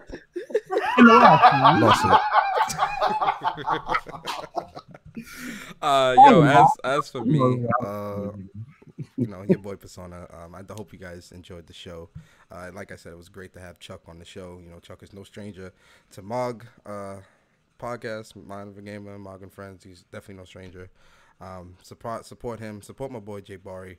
Support Demigod Reviews. Support Leash Capice. Shout out to everyone that came through to the chat, man, to the stream. Super Ace Gaming, Wolf Flow, Lance Lucas, Garuda, Miss Nia, Miss Andrea. They came through. Shout out to those ladies. Platform Live. Shout out to them. Shout out to Big Mike. Shout out to Jay Bari. Shout out to Michi. Shout out to Tiger. Who else came through? EJ Johnson in the building. Shout out to EJ. Who else? Whoever else came through. I know a lot of people watch us and they lurk. They don't really type in the chat, which is cool. You know, I don't mind. You know, shout out to you guys as well. Really do appreciate you guys. As for me, I'm definitely probably going to be streaming some COD tonight. I do want to really finish up this Red Dead story, so I'm really going to be on that pretty heavy. Tomorrow, we're going to be starting Gamer Choice Sundays with Crash Bandicoot. That was the game that won the vote. So Crash Bandicoot, we got to beat all 3 Crash Bandicoot games before the end of November. Every Sunday, we're going to stream. That's the game that's going to be streamed all day. And this Sunday night is MOG game nights, MOG and Friends gamer nights. And tomorrow night, we're going to be playing Bulletstorm 3-on-3 and Paladins. Y'all don't want to miss that. That starts at 8 o'clock Eastern, 8 p.m. Eastern on all of our channels. Just links in the description. As for my stream with Gamer Choice Sundays, that's going to start at 10 o'clock in the morning and go from like 10 to like 4. I think I could beat the first Crash Bandicoot within that time. It's not that hard. First Crash Bandicoot really isn't that hard. confidence. Well, I played all the Crash Bandicoots back when I was a kid, so these, you know, that's nothing. So I should be able to get through it. Outside of that, When Persona Speaks podcast every Thursday, 8:30 Eastern. This week, if I can beat Red Dead by Monday night, then the rest of the week I'm gonna go back to Assassin's Creed, and that's gonna be the streaming game that I'm gonna be streaming on the channel as well. I am affiliated, guys. I did announce that on Twitter over the week. I am affiliated, so I've got Twitch emotes, got, loyalty badges, and things like that coming to my Gaming with Persona Twitch channel as well. So definitely make sure you guys follow if you haven't already. Really do appreciate you guys' support. It's, you know, it's not but growth from here for all of us. A lot of big announcements for MOG and friends, but we're gonna save that for closer to the end of the year in December. Also, I finally figured out XO2018 starts at 4 o'clock. So Demi, can you make it or you can't? No, you can't, right? No, right? Because you gotta go to work. Right, XO starts. I'll be watching it, but I'll make it to the after show. Okay. So, all right, so then we're gonna do an after show. So, me, Leash, and Demi will do a quick little after show. Crackdown. Let's go. It'll probably be like a Crackdown. Come on, Crackdown. And so we probably won't do live reactions. I kind of want to do live reactions though. Leash, you want to do live reactions? I'm actually my parents are cooking and they wanted me to. They're barbecuing, so I'll be over there. I'm sorry. Okay. It's food. It's then free. I guess it's just us boys. I'm sorry. I'm sorry. No, that's fine. Oops. It's fine. Okay. That's cool. All right, so me and Demi will do an after show for XO2018 right after it's done. So I'll be watching it. He'll be watching it. We'll all just watching it. Then we'll do an after show or something like that. And that's pretty much it, guys. I really appreciate you guys for coming through. I hope you guys have a great weekend. Y'all all started y'all mornings off right with MOG and Friends podcast. I hope you guys have a safe weekend. Have fun, not too much fun. Be safe, and always remember, eat your vegetables. Okay, have a good night. What? Eat your vegetables, man. You gotta be healthy out here. Respect. All right, wrap it up. I was trying to think of a good. I was trying to think of a good ending, and oh my god. Anyway, guys, you guys have a good weekend. Have a good. We'll see you guys next Saturday. Wrap it up. Yeah, I'm gonna need you to work on that, bro. We'll see you guys next Saturday, same time, same place. Bro. Peace. Yeah. Please.